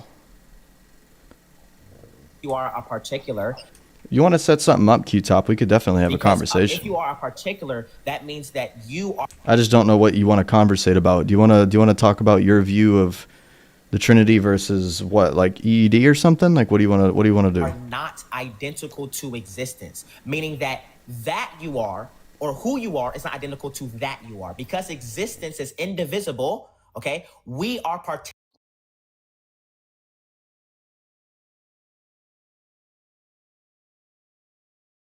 What, does he want to talk now? I want to talk about how EED doesn't follow. Okay. Do you want to schedule it?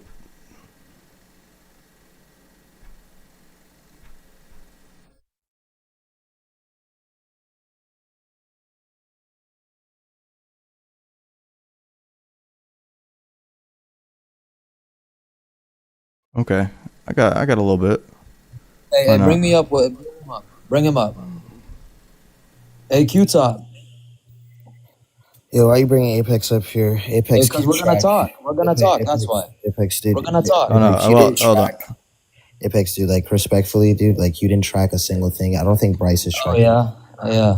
Yeah, Qtop. Do you I'm agree not- with I'm the not Council of Eastern Orthodox, Chalcedon? by the way. Okay. Well, I don't want him to debate again. That wasn't why. I thought he wanted to come up here to. Yeah, Bryce, if you want to like set something up, man, like I like, dude, like respectfully, brother, and I say this with like so much humility and love, bro. Like you're reacting to this from like an EO perspective. So like you like if you realize that like Protestants would like cash out these things differently, like just respectfully for all the Protestant brothers and sisters in the chat, like if you could like interpret this through like a Protestant lens, that would be like, that'd be kind of good. Cause I get that you're EO, but like if I was reacting to like a debate between like an EO and like a Muslim and the way you guys cash things out, like I'd want to be charitable to both sides.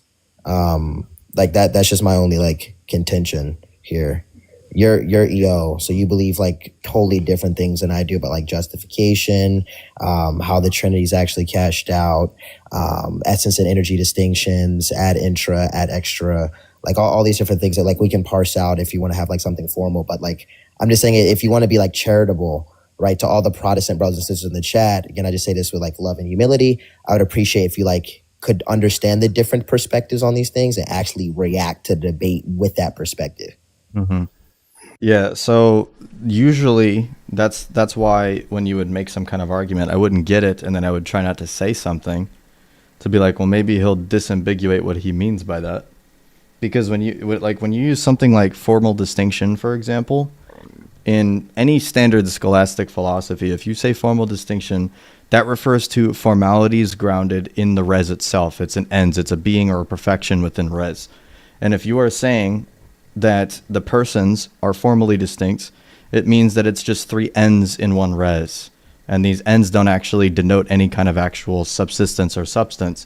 Scotus admits that himself, as well as the fact that he affirms univocity of being. And you made the statement yourself that, oh no, that's the way that it's applied to the created order. But Scotus didn't believe there was a distinction between the created order and God. That was one of his big things that the Thomists hated. So, I mean, like, I don't, like, that's why I'm saying, like, if you say it's a formal distinction, like, where are you getting that term from? Yeah, so just to kind of like basically cash this out, and again, we can do something formal. So like in Thomistic metaphysics, okay, like we just say, well, look, there's like only one reality in God. Like, so when we say formal distinction, we're just saying like our intellect, right, can make like a distinguishing, like we can distinguish between like different formal aspects or like, you know, rations within that one reality.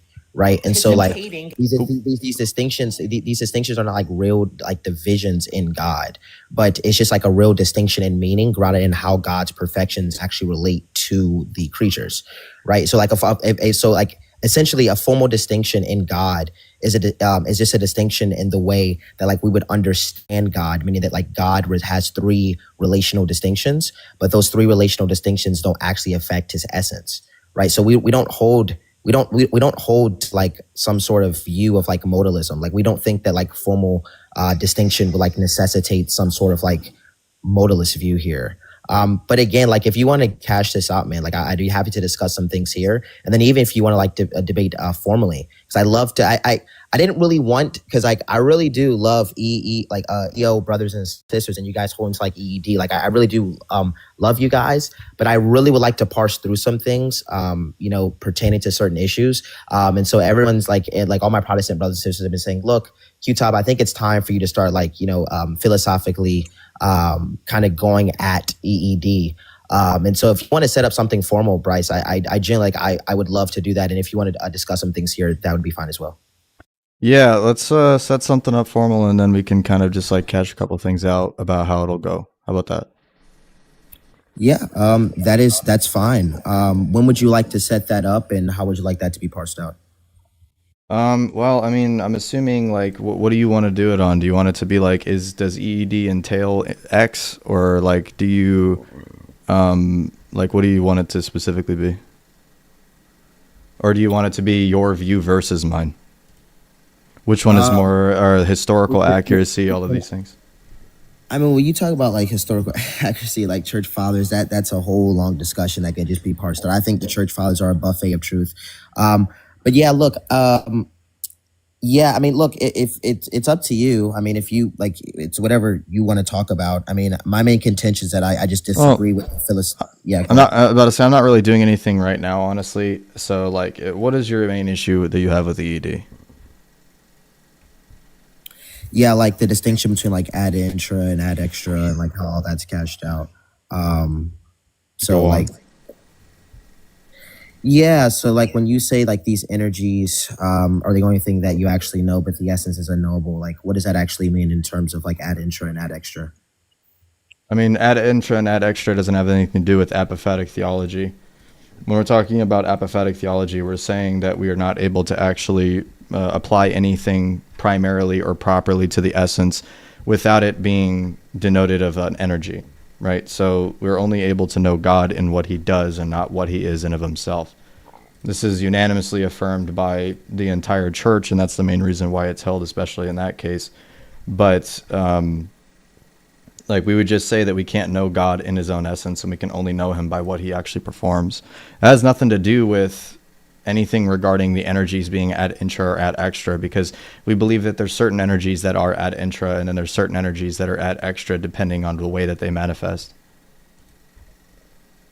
Yeah, so like I would just say there's like when we hold to this like view of absolute divine simplicity and you hold to these like real distinctions. I think this was like Aquinas's problem. What do you think I mean when I say there's a real distinction between essence and energies? Yeah. Respectfully, brother, can I just like finish a phrase here? Yeah. So like by real distinctions, you're not denoting this in some sort of like formal sense. So like when I say that there are real distinctions, what I'm saying is, look, like in God, right? In God's mind, there are these like three formally distinct things, which actually don't like affect absolute divine simplicity, because we don't hold to these like real distinctions of existence, but we just hold to these like formal distinctions, which wouldn't actually denote some sort of like problem of ADS. But like I think why Aquinas had a problem with this, because he believed that like all of God's attributes, like his goodness, his power, his wisdom, his will, his existence, are identical with his essence. And so like when he posits a real distinction between, when you posit, a real distinction between like essence and energies, this would imply some sort of composition in God. And so that's like the big issue, because if you're holding to these real distinctions, not in a formal sense, that would lead to some composition. Yeah, so I mean, the scholastic terminology for what we mean by a real distinction is it's a real secundum quid, so it's real in a sense. It's not a major real distinction of substances. It would be considered properly denoted as a formal actual distinction. When you say it's not a distinction of substance, by real distinction there, this wouldn't be formal, right? I just said that it's a distinction of formal. It's formal actual. Yeah, I don't. Yeah, you have to parse through what all that means. Well, so there are a distinction in formalities, right? There are a distinction between a res and their ens or their being, right? Which is it's just called a perfection, which is used by Saint Gennadius in our church. And these perfections are objective definitions that are truly grounded in God, and then they are seen in creatures in an imperfect manner. And so they are truly there prior to the intellect entirely, but they do not denote any form of substance, and they are inherent in the essence of God. Yeah, so like something would be like distinct outside of God, because like again, Aquinas's problem here was he thinks it's like, it is metaphysically unacceptable, right, to say that there are real distinctions but not denote these real distinctions in a conceptual sense. Because when we talk about existence, right, and this was my main contention with Islamicapex, when we talk about existence being indivisible, right, there wouldn't actually be a real distinction that is outside of a formality, right? So when we say formality, we're not saying formality in a creaturely sense, right? But we're saying formality in a sense that would denote God, right? God's mind, not our mind, not things being, not things existing in our mind, right? But these things existing in God's mind. So I'm an objective idealist. I hold to the same classical view as Jonathan Edwards. So we would just parse through these things very differently. I find a problem with you saying that God can be absolutely identical, but then in the same sense have real distinctions, not in a formal sense. Well, all I'm saying when I say God's absolutely identical to himself is I'm saying that he's materially identical. So everything in God is materially identical.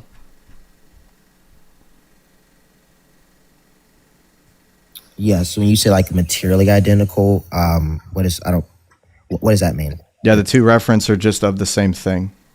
They properly denote the same thing in the end.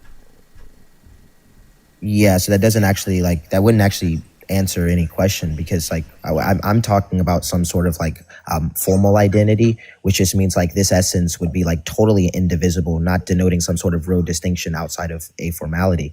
Now, when you say, well, look, these energies are distinct, like you're using distinct in a terminology that would be something outside of God, right? I get that What? that you agree that these energies are dependent upon God, but these energies would be outside of God. I mean that they're really distinct, not in a formal sense. You can have formal distinctions that are real, but not all real distinctions are formal.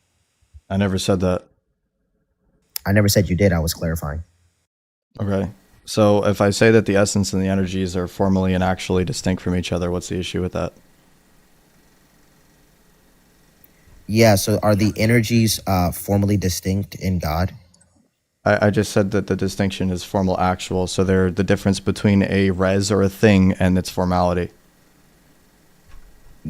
Yeah. So And this is an actual formality that exists in the being itself.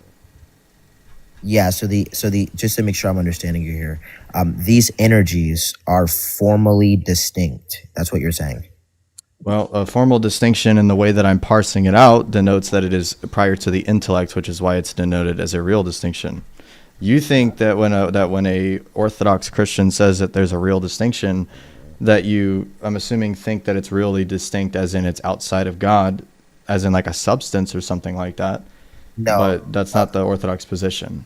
yeah, no, sir. That is not what I'm saying at all. Actually, yeah. So like a real distinction, what it necessitates. So all essential distinctions are real, but not all real distinctions are essential. So when I say real distinction, I'm not saying that there's some sort of essential distinction here. When I say that when you say there's a real distinction, if this distinction, right, is not formal, this was Aquinas's big contention. This is the big problem, right? The big problem here is that when you say there are real distinctions that are not formal, then that makes existence in some aspect divisible, right? And so now it's like this is the whole like blunder of EO, right? Can and you I'm go ahead? Sorry. Yeah, this is the whole like blunder of EO. So you're not really answering. I just want to make sure I'm understanding you. What exactly do you mean, right, in simple language when you say that these energies are really distinct? I said they're really distinct insofar as there's objective definitions that exist in the thing itself that are entirely prior to the apprehension of the human intellect. Therefore, these formalities are really distinct from the essence in that manner, because we are able to apprehend these formalities or these energies that then denote the essence in a secondary manner. Perfect. So when you talk about our apprehension of these energies, so what are these energies necessarily dependent upon God, or are they dependent upon our apprehension? No dependency in any sense. So God's energies Nothing. aren't. What? Wait, so God's energies aren't dependent upon him? No, we wouldn't use the word dependent. We would say they're inherent. Okay. Well, look, man. Thank you for bringing me up, man. Like I appreciate the convo. I'm just saying, and look, I say this with like so much love, bro. Like I genuinely do. Like I have so much love for EOS, but like when you react to this stuff, bro, like you're gonna have like, I need like a Protestant to react. Like, y'all boys is like, I live like this was Aquinas's like biggest problem, right? And so like when Before you leave, Bryce, 1 second, bro. I'm still speaking, bro. One second, bro. I get it. What I'm saying, bro, is like, look. At least be like somewhat charitable, right? When like if you understand that like a brother doesn't believe the same thing, this is the big deal, right? Like EOs, you guys are so prideful. You think that like everyone else that's not EO is just like not a Christian. Are you done clutching pearls, bro? Can I ask my question yet? I don't know why. Wait, why are you over? Okay, look, if because you won't stop. I know the kitchen. I actually just started. I haven't really been talking for that long. I know you're Holy getting moly. impatient. Yeah. I know you don't have patience, which is a fruit of the spirit, right? So this is like very obvious. Yeah. Anything else? Yeah, I find it interesting that EOs always look tired. So look, look, what I'm saying is that if you actually want to be charitable as a Christian, if you are one, and as a person, why don't you actually just react to this from a Protestant perspective? Right? Like it's very uncharitable to use your terminology and use your references and not respect that I believe something differently than you, right? Like you're literally making Islam look good, right? And so if you want to stand before the judgment seat of Christ and misrepresent a brother, right, and like make Islam look good just by intentionally misrepresenting my positions or just not doing your homework on what Thomas Aquinas means when we say formal distinction. Like He doesn't use formal distinction. He literally does. I can Name one time. Yes, perfect. I will literally cite a exact book, any source right now. Give me 1 second. No way. Bro just said Aquinas uses formal distinction. Crazy. Yes, in conceptual logic, not in semantic. Do you understand the difference? That's a word concept fallacy. So let me give you the book. Wait, right so a formal distinction doesn't denote anything in reality? Do you know what a formal distinction is? I'm starting to think you don't even know what you mean when you say that. I literally explained the entire thing of what a formal distinction was earlier, and I don't even feel like you knew what I actually said. Can I have a question real quick? I just really want you to answer this. God because is reality. This is amen, bro. Anyway, freaking, what is the name of the distinction that Aquinas uses between essence and energies?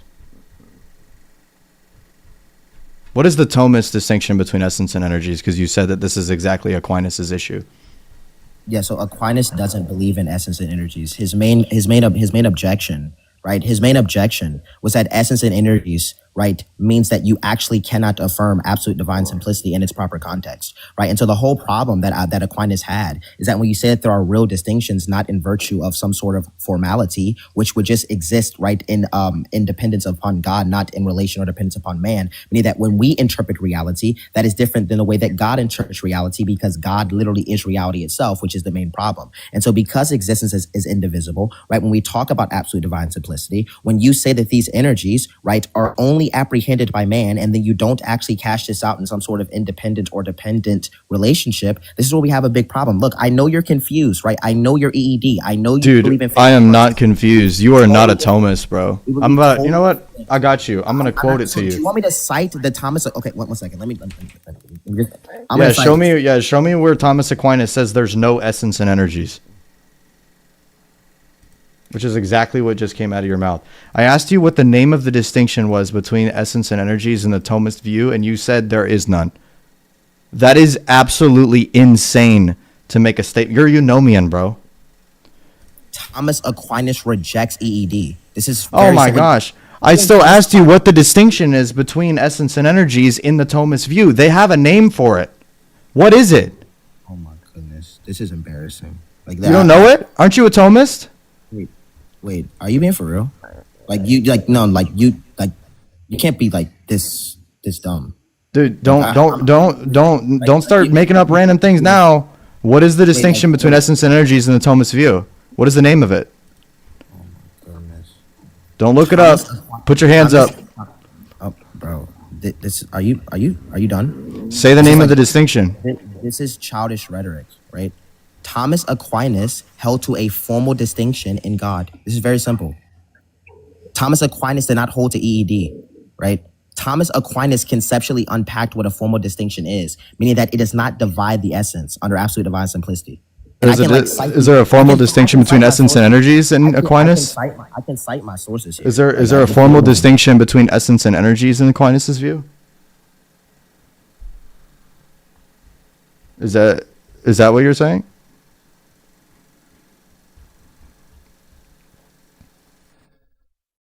Yeah, Aquinas does not accept real distinctions. Okay. So he accepts a formal distinction between essence and energies?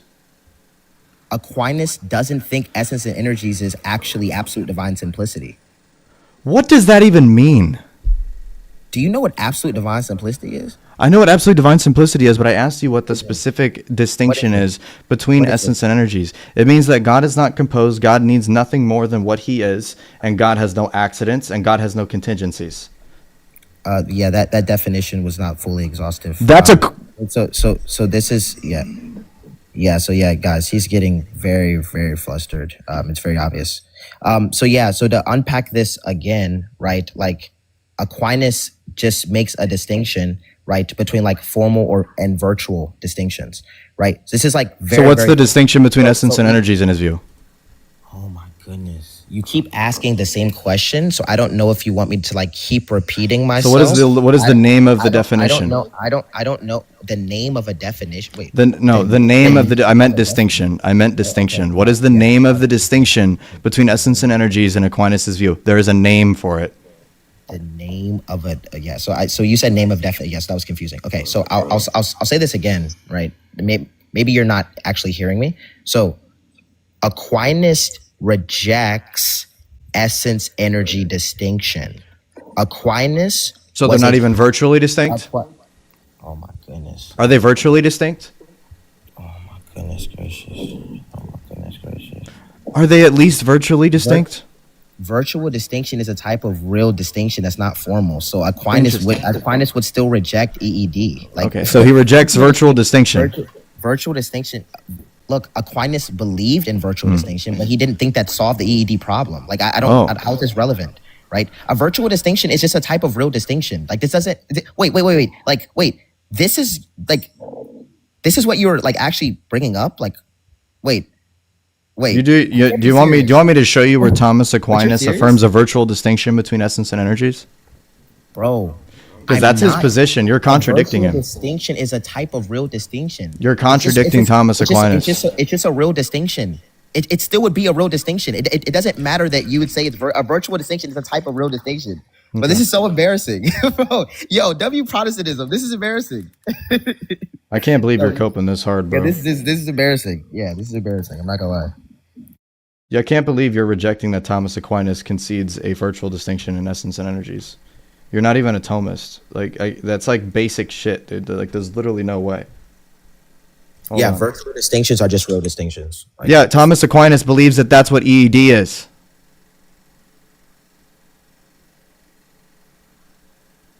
yeah, it's a real distinction. That's why he doesn't affirm it. Are you good? Yeah, I'm making that same face, dude. Like, right. this to get you out of the problem. Let's read the Summa Theologiae. We're gonna do it. This is this like so low tier. Yes, please read it. Please read it for all of us. Yes.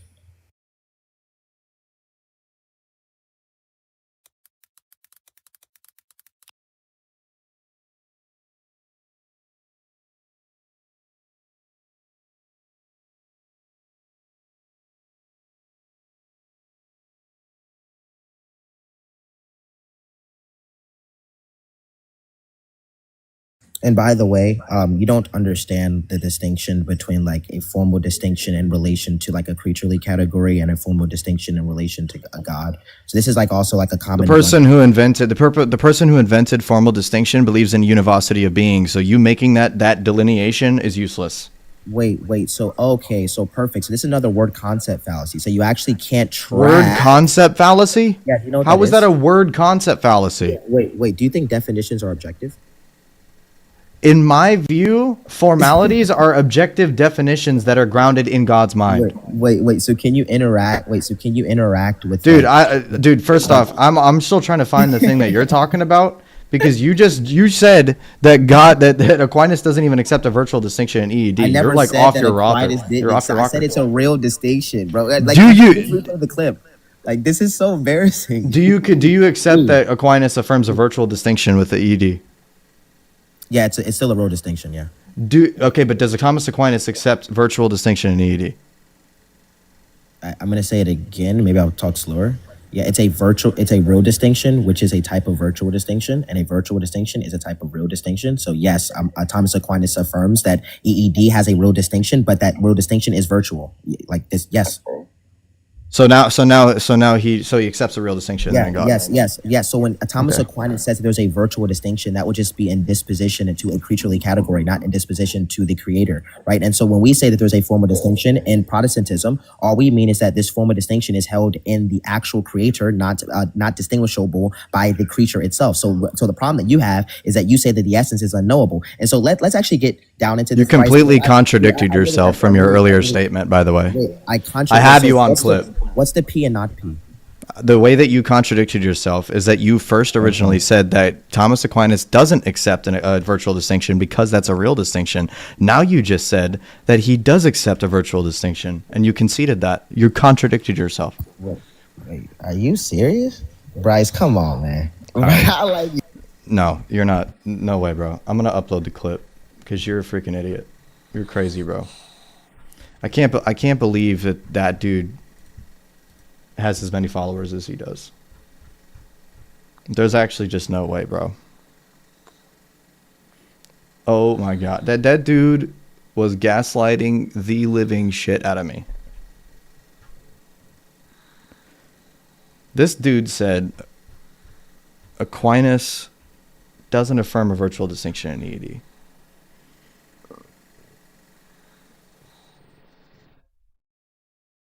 And then he said he does.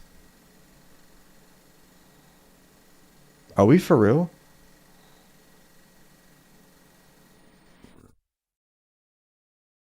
No, I didn't. Play it back. I'm going to upload it. Don't worry.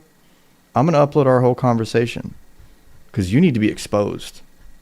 Because you're a maniac and you do not represent Trinitarians. Or historical Christianity at all. You're getting clipped. Because you do not understand basic freaking scholastic theology, bro. Putting up the quote for us. Yeah. Let me grab the thing for virtual distinctions. Hold on.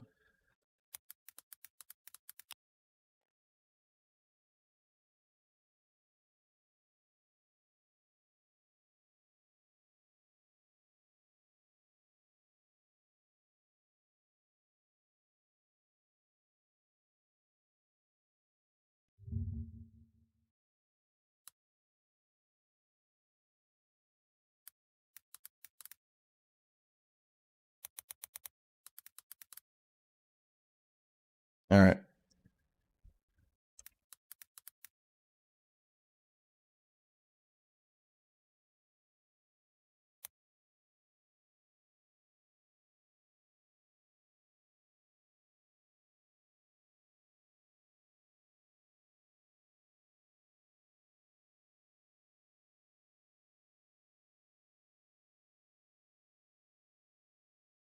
Article 4 of question 3, the simplicity of God. Go ahead and show this to you guys.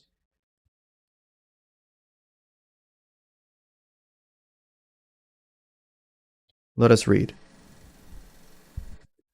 So the objections are basically people trying to posit EED. In case you guys didn't know this, the whole essence and existence thing, this is like basically essence energy's distinction here, because existence is an energy. So whether or not they are truly the same in God. Okay? I answer that God is not only his own essence as shown in the preceding article, but also his own existence. This may be shown in several ways. First, whatever a thing has besides its essence must be caused either by a constituent principles of that essence, which is these are formal constituents here, or by some greater agent, as heat is caused in water by fire. Therefore, if the existence of a thing differs from its essence, then the existence must be caused either by some exterior agent or the essential principles. Now this is impossible. Now it is impossible for a thing's existence to be caused by an essential constituent principles. So it's saying it's impossible for it to basically be a formal distinction, for nothing can be sufficient cause of its own existence if its existence is caused. Therefore, that thing whose existence differs from its essence, so he rejects formal distinction. Cool. Obviously, I disagree with his argumentation. I'm showing that he rejects that. Must have its existence caused by another.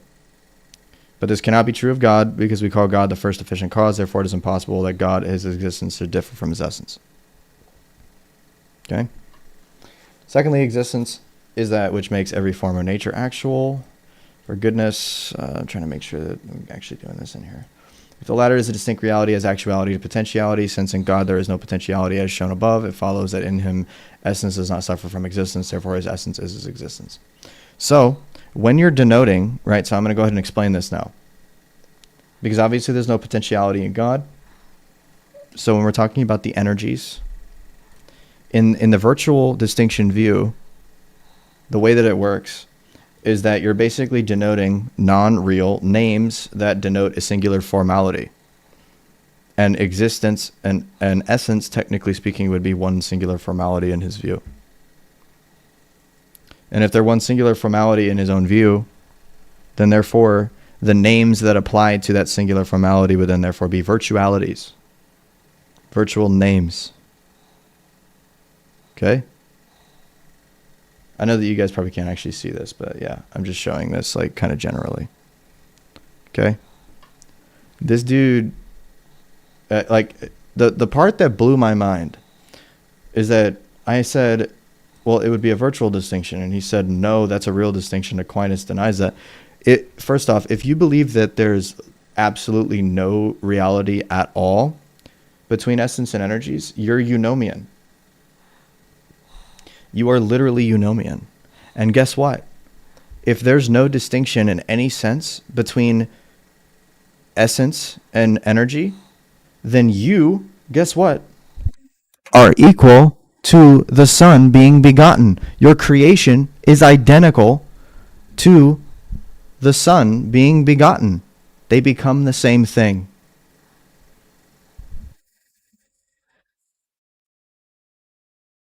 You believe you're equal to Jesus in that case. You believe that you're equal to the Son and the Spirit by admitting that there's no distinction in any sense between essence and energies. That's why that the Thomists posit a virtual distinction, because it's technically a type of real distinction. I concede that. I'm okay with that. Whatever. But trying to say that Aquinas denies that too, and that it's purely logical, you're equal to the Son's begetting, bro. GG's. That is the collapse.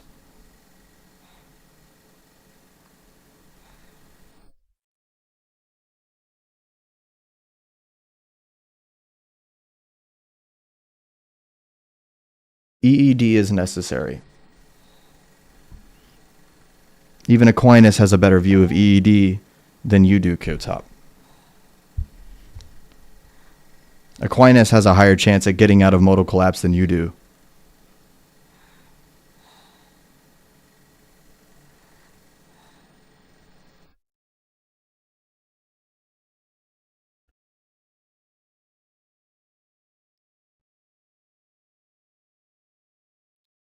Crazy stuff, man. Crazy stuff. Let's see if I can get back to this now. It would be like a relate. We don't hold to modal collapse. No shit. Obviously, you don't hold to modal collapse, but it follows with your view. It completely follows with your view. It would just be like necessarily the case, if you are a particular, because if you are a particular. Because you believe that essence and energies, there's a purely logical distinction between them. Meaning that in order for God to be what he is in his essence, he must create the world, bro. GG's. That means that you are not identical to existence, meaning that you are, or who you are, is not identical to that you are. Because existence is indivisible, okay, we are participating in the indivisible existence. But our instantiation as a particular is divisible from humanity. So we are both participating in existence in a different way. We are both subsisting or both corresponding to existence in a different way. And my baby's even pissed off. Okay, good. So my Lebiano, you have to pause the time when I'm asking a question. Sorry? I said, do you pause the time when I ask a question or when he's answering? No, you don't pause the time for either. All right, no problem. Go ahead. Yeah. So, Qtop, would you say that the Father, he is begotten? You said, did I say the Father is begotten? No, the Father is not begotten. He's ingenerate. Okay. Is the Son begotten? Yeah. Okay, good. Would you say that the Father has paternity essentially? By essential, so no, there's a relational distinction between the essential categories and the relational categories. So the Father is not essentially like distinct. The Father is relationally distinct. So that's your. You didn't even answer my question. All right, man. All right, that is time. Wasting my time, bro. Thank you so much. He asked about paternity, bro. For that cross-examination. And I get to close, right?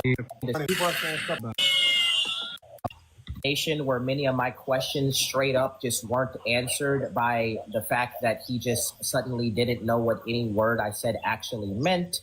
And then what we saw was him ask me questions and me answer the same question repeatedly, and then him say that I wasn't answering his question. I think it's very obvious that from my opening statement, the original thesis that I gave, was that there's a fundamental distinction between the essence and the personal relation. The Q&A was hilarious. Let's skip to it. I try to. Well, let me do it. Let me. So there would be a sort of because his material, it's the list. Yeah. So are we gonna bring a Christian up? He's here. All right. Yeah, I'm here. All right, I'll be ask a question to Islamicapex and drop after that. Go ahead. You got it. Great debate, though. Just really quick, just want to ask a clarifying question to the moderators. Are we allowed to use the Bible as... The Bible really has nothing to do with it, but it's fine. You guys, the only reason because you guys mentioned it, that's why. It's fine. So, I'm fine with that. You can ask. Gets the Hebrew correct. In Genesis chapter 5, verse 1 and 2, because you brought up humans, right? As far as counting, even though we know that God is unlike anything in creation because his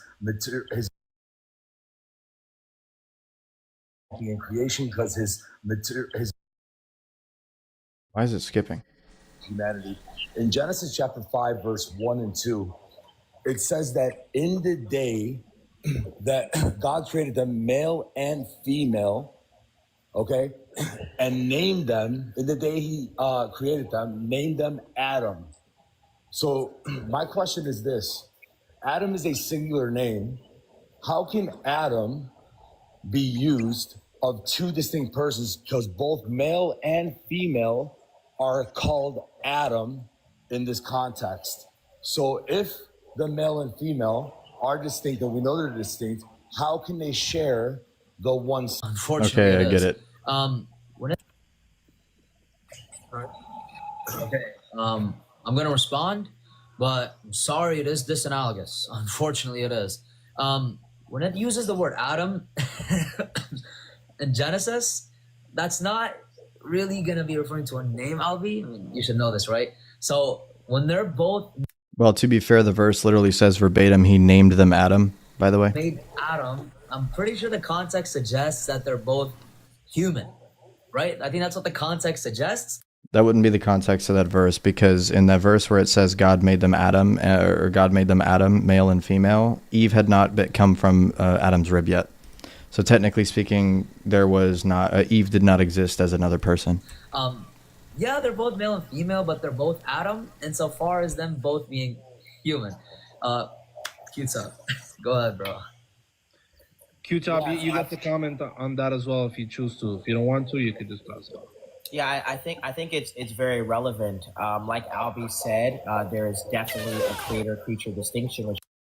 Eric Coda for $10. Thank you very much. It says Qtop called himself an objective idealist, already a red flag. Objective idealism is the creation of Charles Sandera Peirce, the creator of pragmatism. So many red flags, dude, crazy. Thank you for the donation. Which I tried to highlight in our dialogue today. That creator-creature distinction. That's Genesis 5. Eve already existed. No, the specific verse where it says that God created Adam, this specific verse is prior to Eve existing from Adam's rib. Distinction can be cashed out in the sense that yes, there are two individuals that are both being called Adam in this context. So they would technically be sharing that universal. So, but they're also like essentially distinct. So like the reason why Islamicapex is laughing is because he's just been coping this entire time. All right, thank you so much. Let's bring up what's his name, Muslim Lighthouse next, Darren, if he's there. Got you, Muslim Lighthouse. Oh, you're a mod as well. Let me see. Is Muslim Lighthouse down there, Umar? Hold on, let me see. Oh, there you go. Got him. All right, Omar, just ask your question, articulate it, and then drop. And if you need a clarifier beforehand, you also get a clarifier. Yeah. So I mean, I already know he holds to impure relative identity. I don't think he knows what it is, but so look. So there would be a sort of God and sort of person. Now, if I said that Vishnu and Shiva were under specific sort of G, and they were individuals under that sort of G, would Vishnu and Shiva be one God? Yeah, so if by sortal G, the G is identical to existence, meaning that it's actually one being or one entity or one substance, then yes, there would be of one substance. But however, Vishnu... Can you drop Omar? Please. Yeah, well, you can't. Yeah, you can't do that, bro. So I just want to clarify. I can't drop or bring anybody up. So. Well, you know, you should be. I modded you. I don't My lawyer has advised me to continue. have it yet. It doesn't show up. Oh, I modded you in the beginning, but I'll make sure. Hold on, let me. Yeah. Let me give you full mod, bro. Theistic theology, right? These like individuals would be like essential, right? These like individuals would be like essential with three relational distinctions. We don't have three distinct existences. We don't have three distinct essences, right? So that this is it just be so disanalogous, and it just really shows how low tier and uninformed these Muslims really are. We have one. It is not really a good analogy. I got Qtop on that one because it's a polytheistic religion, right? So like Vishnu and Shiva would have their own mind and whatsoever, and like all that kind of stuff. So even if they were part of the same sorrel, it wouldn't necessarily imply that they're one god, because they have different essential properties, literally. Essence with three relational distinctions, meaning we have one existence with three relational distinctions. We don't have three existences. That's not what we say. All right. Islamic, you want to go ahead and have a comment on that? I mean, I don't got much to say, bro, but I think that's kind of crazy. So, under the sortal G, meaning God, if Vishnu and Shiva are under that, are they the same God or is it a different God? He said it's the same God. That's just shirk. That's just polytheism. But just bring up the next guest for me, man. All right. Yeah, honestly, I would have just said that was disanalogous, and I wouldn't have had a yes or no on that. I just don't think that's a good dichotomy. Qtop, who do you want me to bring? I have Yakovos. I tried to, so I don't know where he's at. Oh, we got Banku as well. Yes, Banku's here. Oh, yes, sir. First of all, Qtop did an amazing job demonstrating, how, he demonstrated very well. I'm not gonna say negative, but this is my question. So early on, Apex stated that existence is a qualifier. In your argument of law of transit, I don't think he did. probably said it wrong. He said existence is a qualifier, and that particulars and universals do not differ, right? So this is my question. If existence is only a qualifier, then what makes something real rather than I don't remember him saying that. You said nothing right in what you said. Everything you said is wrong. I do not agree with type, close to what a type is, and the other one's just the instantiation. Okay, yeah, so move on. About universal, that's Qtop, essentially you asserted that this is just a qualifier, but you had asserted that because we don't share in the same existence, that we essentially have different essences, right, as humans. Is that just like a yes or no? Like, It's a qualifier. I don't understand. Okay, Yeah, so yes or no, it's just a qualifier. Tashi, is that your question or you want to qualify? No, that's a qualifier, yeah. She just wants to qualify. I'm making sure that I'm Wait, is representing this correctly. like a series of questions or one? Yeah, so if your qualifier is we are essentially distinct because we participate in existence differently, that is correct. Okay, beautiful. So, regarding classical metaphysics, Aquinas, he defines humanity in regards to the quidditas shared by all humans, which is the what isness. So my question to you is going to be, if humanity is the shared universal among particular humans, wouldn't denying a shared essence entail that each human is both their own universal and their own particular? No, it wouldn't entail that because existence would be indivisible, but the humanity being the universal is divisible. So when we talk about particulars, all we're saying is that a particular is a specific instance of a universal. So that actually wouldn't apply. No. All right. You want to say something on that? Wait, I definitely want to answer that. Faith, thank you so much for the gift. Itachi, thank you for the great question. Yeah, all you guys heard was sorcery right there. Humans are not identical to existence. That has nothing, zero to do with the question. Damn, he called that sorcery. That's crazy. Man, he said that was sorcery. Right? So, Itachi, that's a good question. Aquinas does say that the universal of humanity is shared by the particulars, which are the humans. And that makes it the case that they all share the same essence, right? Because they are all humans, they all share the same essence due to the fact, because you said Quratosh, right? That is what Aquinas is saying. Qtop is just gibberating black magic. Yo, he's doing what magic? Yo, he's doing what magic?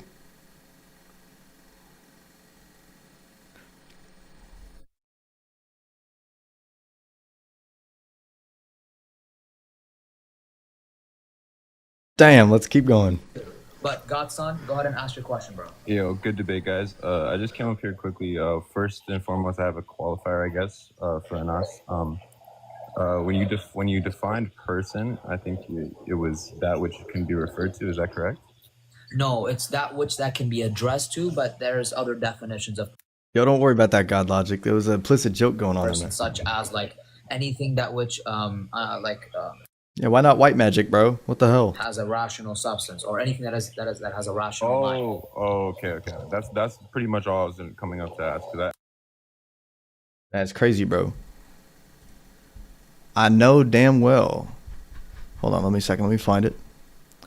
I know that Anas is not saying for some reason that apparently he's doing black magic when this dude looks like a liberal white woman trying to freaking power her crystals in the library.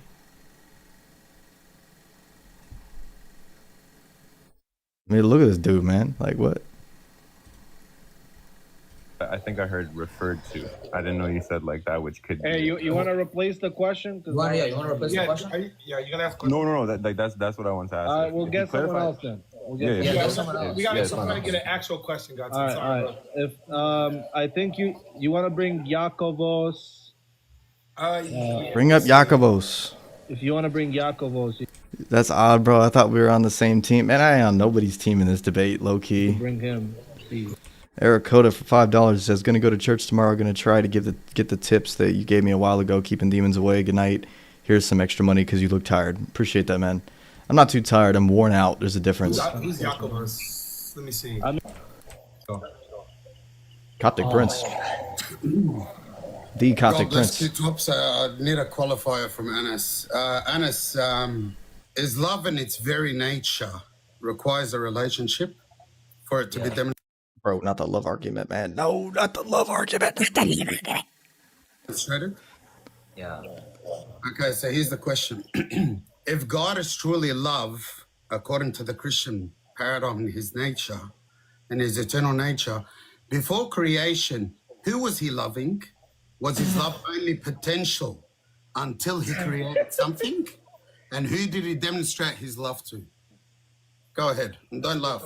Go ahead.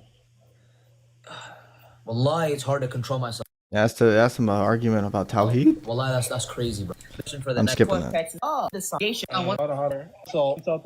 As a disclaimer, this individual said that I doxed him, but then yet he wants to have a conversation with me. So he said he would not have a So Danny, just before you ask your question, or do you actually want to have conversations with me, or do you not want to talk to me because I supposedly doxed you? Answer that. I'm gonna ask you a question. Wait. So why did you say? One second. No, this is very important.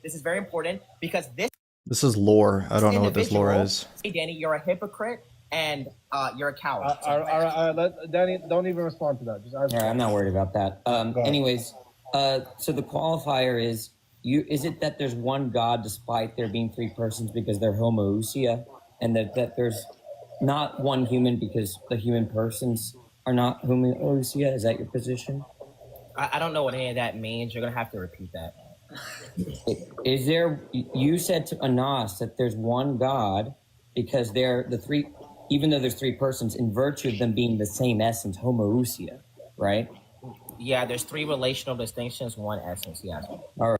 I don't want to fuel the lore. No offense, Islamicapex, but I don't want to fuel this lore further. Right. Okay. So how is it that even though there's three persons, in virtue of them being the same essence, homoousia, right? Yeah, there's three relational distinctions, one essence. Yeah.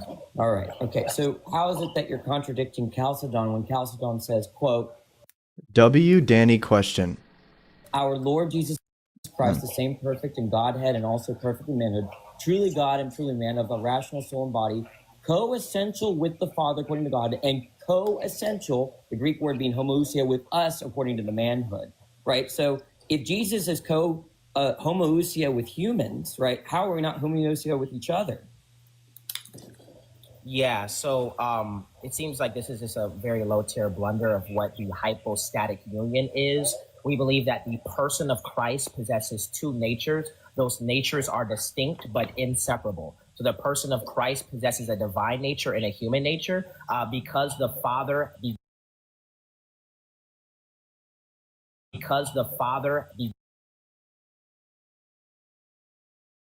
simply just be the case that he took on a human nature. So the person of Christ, the divine nature doesn't change, but the divine nature takes on a human nature, right? So we don't say that like that Jesus is like it's like two persons, right? We say that look, this eternal divine person called the Son took on a human nature, and those natures are inseparable but distinct in the person.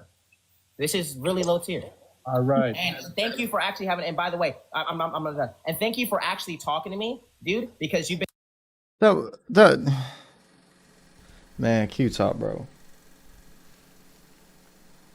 brother. All love, man. You did not answer that question, bro.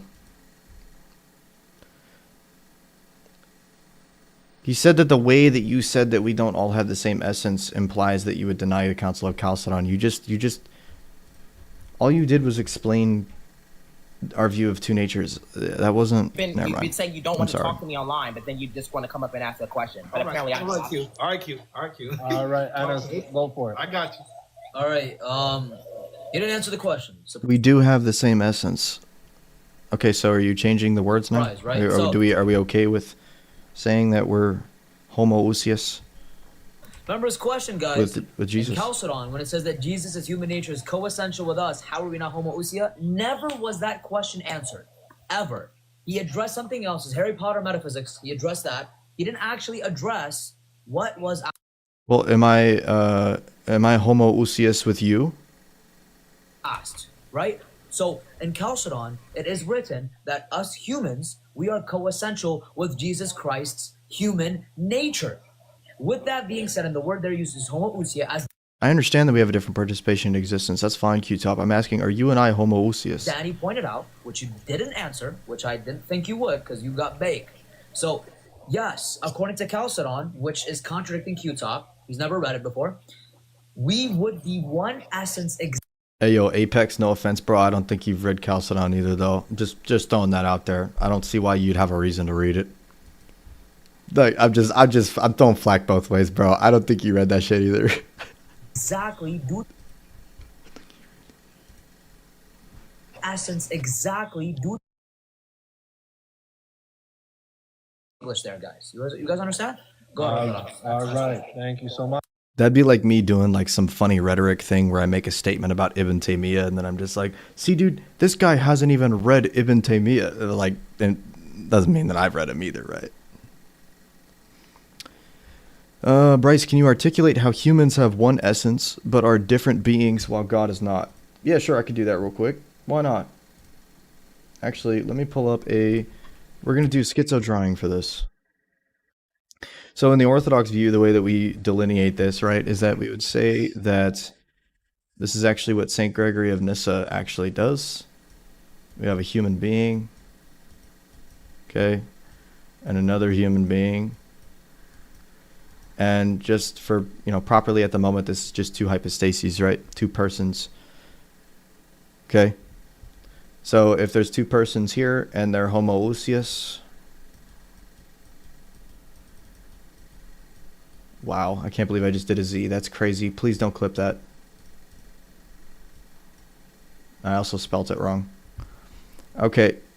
I don't think I did. Yeah, I'm absolutely chopped tonight, guys. So we got homoousios with Bryce. And then we got Qtop, right? Me and him are homoousios. We all share the same substance. We're two different hypostases. So then how does that differentiate from the Father and the Son being homoousios, but also being hypostatically distinct? It's in our action. So due to the fact that I have the ability to, for example, I don't know, sit down, and then Qtop can remain standing, then therefore we have a distinction based off of our actions. We're separable. Because I have the ability to do a token act, right? This would be basically kind of like a type token distinction in our act, which a type would be considered the ability to do something. So saying I can sit, and a token would be acting of sitting. Oops. The acting of an ability. Okay. So with this view, right, with humanity, a human being has the ability to actualize a token and do something, while Qtop can remain in his current state or do something else. Therefore, me and him are separated, and we are not one in that manner. Okay? The Son and the Father, the reason why that they are considered one being in this case is because of the fact that there's one singular token act in the Trinity. Every action of God operationally is from the Father through the Son and the Spirit.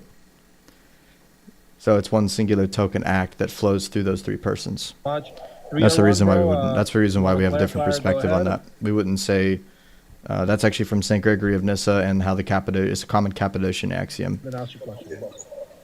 Hallelujah, holy homies, holy five. How does that not address it? Drunk deals. I literally just said that in God, if the token act is something that is one in the Trinity, then therefore God is then one, right? One being. And then sitting and standing, as in human acts being distinct from each other, as in I can do a different token act than another person, then I am another being than that person. It's very easy. Like, I don't know how you guys can't see From the that. Islamic paradigm, generally speaking, are the 99 attributes that are listed as Allah's names, are these attributes necessary or essential to his? I was just giving you how Orthodoxy would interpret that instead. That's my clarifying question. If I make Is that a qualifier or a question, bro? That's a qualifier. I wanted to know that first. Bro, are we I need to get through my debate thing. bro? No. I just asked very simple. So what are you doing? No. Hey, listen. No. This is the same as him asking what's your favorite animal. Guys, why are you getting so frantic? Hey, yo, they're losing it, man. They're freaking losing it. Calm down. I'm the mod. And respect. Hey, hold on, guys. I'm the mod. I'll take care of it. 3 or 1. You're free to ask whatever you want. If it's not on topic, we're gonna see if Islamicapex wants to address it. So, Enes, do you want to address it? I'll address it. I'll address it. All I'll right, address cool. it. All right, cool. First So thing, it's we not don't on believe topic, God. but he'll address it. 3 or 1. You ask your clarifier. Now ask your question. Go ahead. Okay, I'm gonna answer real quick. So the answer to the qualifier is that we don't even believe that God necessarily has 99 properties. We believe he has more. He just hasn't revealed it to us, right? Do we believe that all properties to God? Faction tells them being one being. Did Jesus beget himself? No. Because when we're talking about the begetting of the Father from the Son, that's not technically speaking a type or token energy distinction. That is a natural flow of the nature of God from the Father causing the Son, the existence of the Son. That's not the same thing as a energy. God are essential or necessary, which means the Energy is something that's add extra in terms of like creating something or operating towards something else. same thing, by the way, in this context. The answer is no. Not all of God's properties are essential, right? The only ones that are essential are the ones that God has had eternally. For example, the Quran. It's not a Yeah. Please not. Hold on, I gotta drop it back down. I want Tiger and I want. Oh my gosh, no, not metaphysics, Mike, bro. Not metaphysics, Mike. Oh my gosh, this is gonna be the worst straw man on the planet. What's his name? Oh. And I want golden apologetics. All right. Metaphysics, Mike. Ask a qualifier if you need, This is bottom of the barrel shit at this point, bro. and then ask the question. Go ahead. Okay, so hey Qtop. So Hey, I haven't seen this yet, by the way, but five gifted subs to my freaking YouTube chat, by the way, says that he's gonna give the Eunomian premise. it seems Deal? like your position depends upon this creator-creature distinction so that you can reject this classical counting method. So my question, as a believer in the Bible, Romans 1:20 says, "For God's invisible attributes, even his eternal power and divine nature, are clearly seen from the creation of the world in the things that God has made." So my question is, if God's invisible attributes are clearly perceived in creations, like Romans says, then how can the creator-creature distinction be used to forbid true knowledge or description of God's nature by which you even... What the hell kind of question is that? Because of the fact that there's an inherency of being able to see the goodness of God in the created order, that means that there's then no distinction between creator and created. Yo, bro.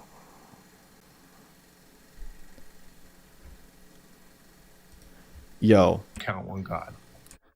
That's the biggest straw man of Qtop's argument I've ever heard in my life. Okay, so there's Oh my goodness.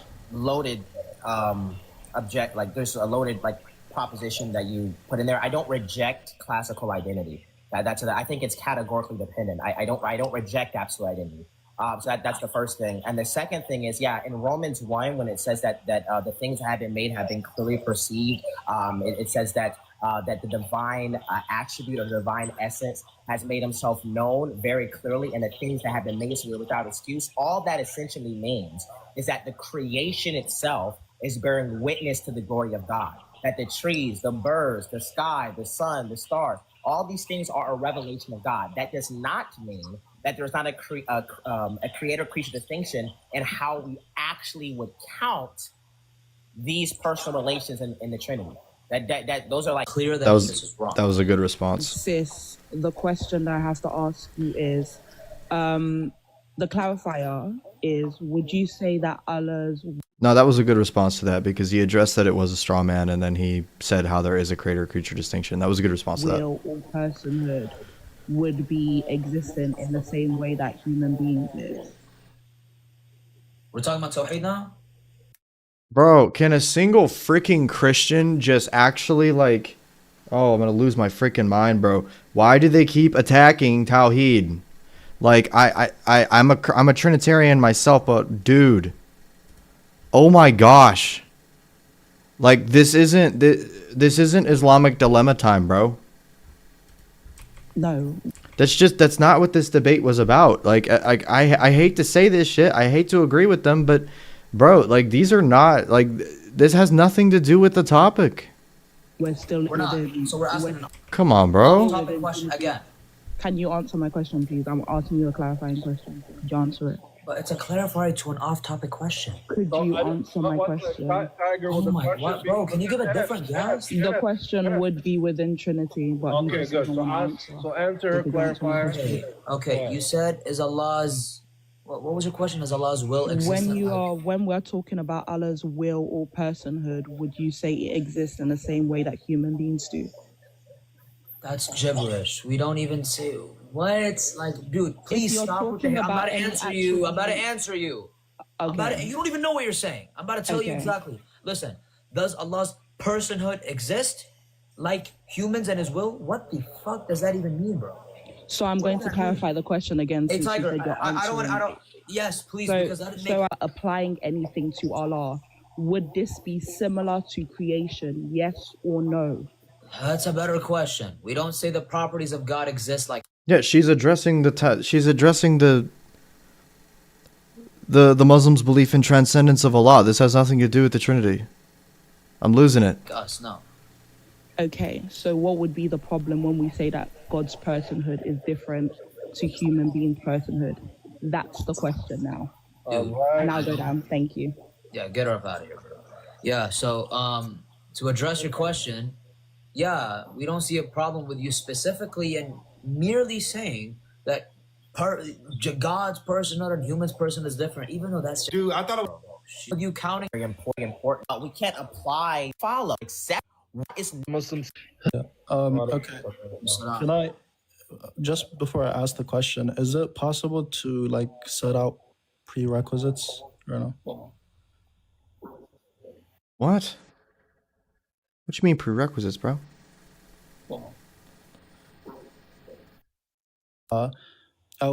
Would you say that, for example, that an actus purus, right, when it comes to the Trinity, when you have the hypostases, the three hypostases, the second hypostasis, you would posit that within the second hypostasis, that meaning Jesus, right, you would say that Jesus is like caused by the Father. You would agree with that?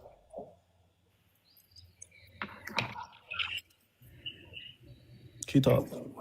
Oh, you're asking me? Oh, what Yeah. you said? I thought, okay, I zoned out. What you saying? Only begotten of? Yeah. Causation is a temporal. What? I don't know what causation mean in that context. If you just mean like eternally generated or like eternally begotten of, yeah. Causation is a temporal word. Right, like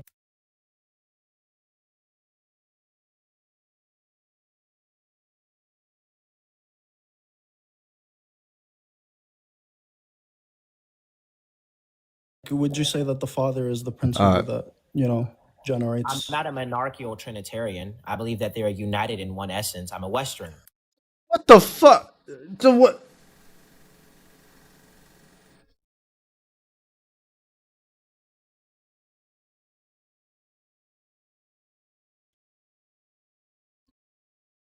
You don't think that monarchical Trinitarians think that the persons are one in essence and unified? Bro, you don't think that our view is that? Come on, bro. Trinitarian. Okay, when you say, let me. Because now you're asking a series of clarifying questions. No, it's just the same clarifying question. I just want to know what do you mean by the begotten, that the second hypostasis? Comes from the Father's essence. Okay, so that coming forth. So this is the question now, eh? This is the question. Okay, yeah, this is the question. Yeah. Yeah. All right. So when you say bringing about or bringing forth, right, it would either have to fall into material cause, formal cause, or some form of final cause, some type of like remote or approximate cause, right? One of you'd have to deal with one of it, whether you like it or not. There's no other way to say coming about or coming forth. Now, given that, would if you're gonna submit or try to say one of those, I'll give this the material cause. You would have to state that it is actually something that which has a material. Oh yeah, dude. Yeah, freaking. I'm on the. Yeah, I'm not on the Muslim side. In case anybody wants to try to make a false narrative about that. Obviously, I don't believe that any of Islamicapex's arguments actually follow, and I'm sure Islamicapex also knows that. Anas obviously knows that I don't think that his arguments would then therefore follow, especially in my paradigm. But at the same time, like, I'm also not going to sit here and just freaking thumbs up a bunch of stuff that's historically inaccurate to the church, bro. I can't handle it. Because it's actualized, right? Even if you were to say that it's actus purus or whatever. Now, if you were to say formal cause, right? It's sure sounding like it, bro. I don't blindly glaze people, bro. I hate to say this, bro, but like, if you're incorrect, I'm going to say that that's happening. Because this isn't only just for you. This is for anybody who watches this in the future. Trinitarians especially. That if there's a Trinitarian that watches something, I don't believe in your church fathers. Yeah, but you believe in Aquinas? Good Lord, bro. You would fall. I don't know why you're shaking your head. Where's the question? Yeah, I understand that you don't believe in historical Christianity, Qtop. I get it, bro. Boboy super chatted $51.91. Wow, big Can one. you review the debate between Hajon and Anas from Image Logos and be objective about it? Also, what do you think about Anas saying absolute divine simplicity means there's a distinction God and God are ontologically reduced? God bless Habibi. I don't know what the hell that last part about Anas saying means. Anas just said he never said that, apparently. So you'd have to hash that out with him. I'm down to do a review with Agan and Anas. I haven't seen it at all, I'm so gonna that would ask be the kind of fun to question. watch. Yeah, I'm just stating my thing, and then But no, I'm not sitting here like glazing Anas because I don't think any of his arguments actually follow. But I'm also not. I also am trying to give the perspective of historical Christianity, you know, the actual church that established all of these dogmas that Qtop holds to, and showing him how the way that he explains things causes them to look bad. asking the question at the, or you could just answer it. Just So ask you the would, question, no dude. problem, no problem. I'll ask the question. So you would be, when you say coming forth, right, or coming about, you'd have to submit to either one of these things that I mentioned from before. Who was more coherent, Anas or Qtop? I mean, I still think that like Qtop defended his position. Like I think that he defended the Trinity like as much as was asked of him by Anas. I just think that a lot of the language that he used caused issues throughout this debate, Right. like So a which lot of one is it? issues. Otherwise, you don't have any begotten. I think Son. that he defended his position fine. I just the that's a language claim had that me will require crashing out the whole time. justification. In the Christian context, when we say that the Son is begotten, all we mean Don't try to be nice now. I've been trying to have a general bias towards everything, a general non-bias, I guess, towards this entire thing. And even though that I've been sitting here basically grilling into Qtop, I'm also not going to sit here and say that like he just completely lost the debate. is that the Son comes forth from the Father. Trying to get his followers back. Most of my followers are not people that follow Qtop, When we bro. say that I hate the to say it. Spirit is spirating, all we mean is that the Spirit comes forth from the Father and the Son's essence. So this is just like some. I think overall, based off of the types of things that Qtop said, I would say that in terms of actual substance for argumentation, that Anas won.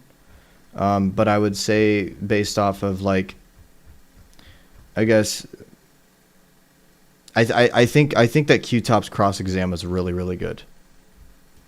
I liked his cross-examination. Weird blunder on how you unified in substance. He's extremely intelligent.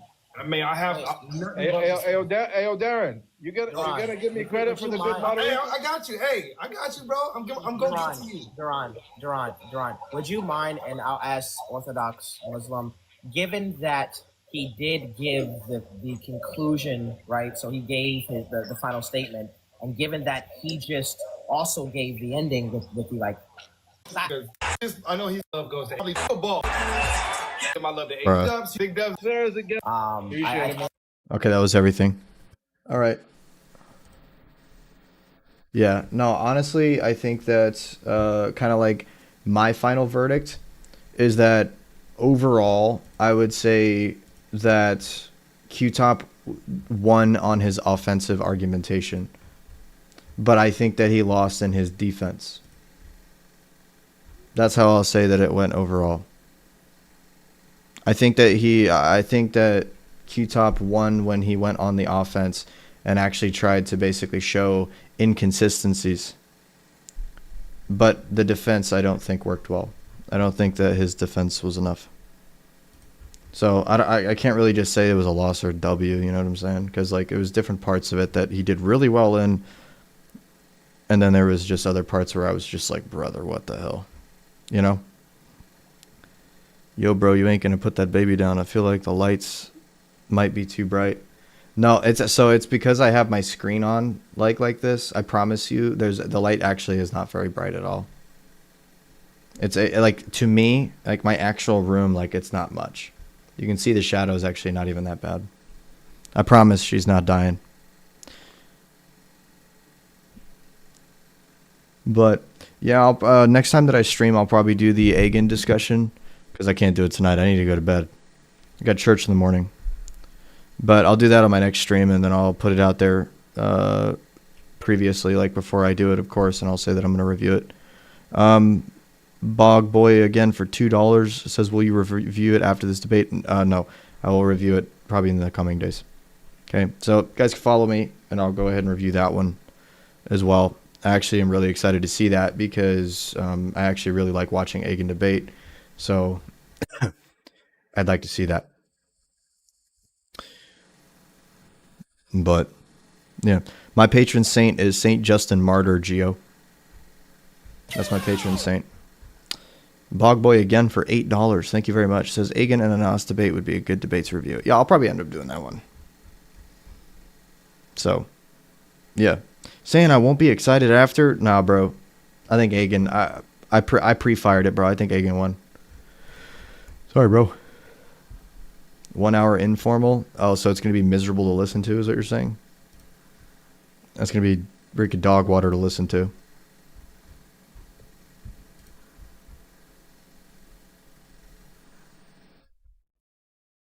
I swear to God, Agan lost. Man, you better hope that Allah's not keeping track of your freaking swearing, bro. You're biased regardless of what you say, so of course you'll think Agan will win. Oh, yeah, of course, man. That's how debate reviewing works. Like, what do you think I'm going to do? I'm a Christian. I'm like sitting here deathly hoping, of course, that somebody that I think is a really good debater, Agan, I was hoping that he wouldn't lose a debate against Islamicapex. Yeah, of course I'm going to have a bias towards that. Like, what the hell? Everyone does the same thing. All the Muslims do the exact same thing for their buddy before they watch their freaking debate, man. Come on.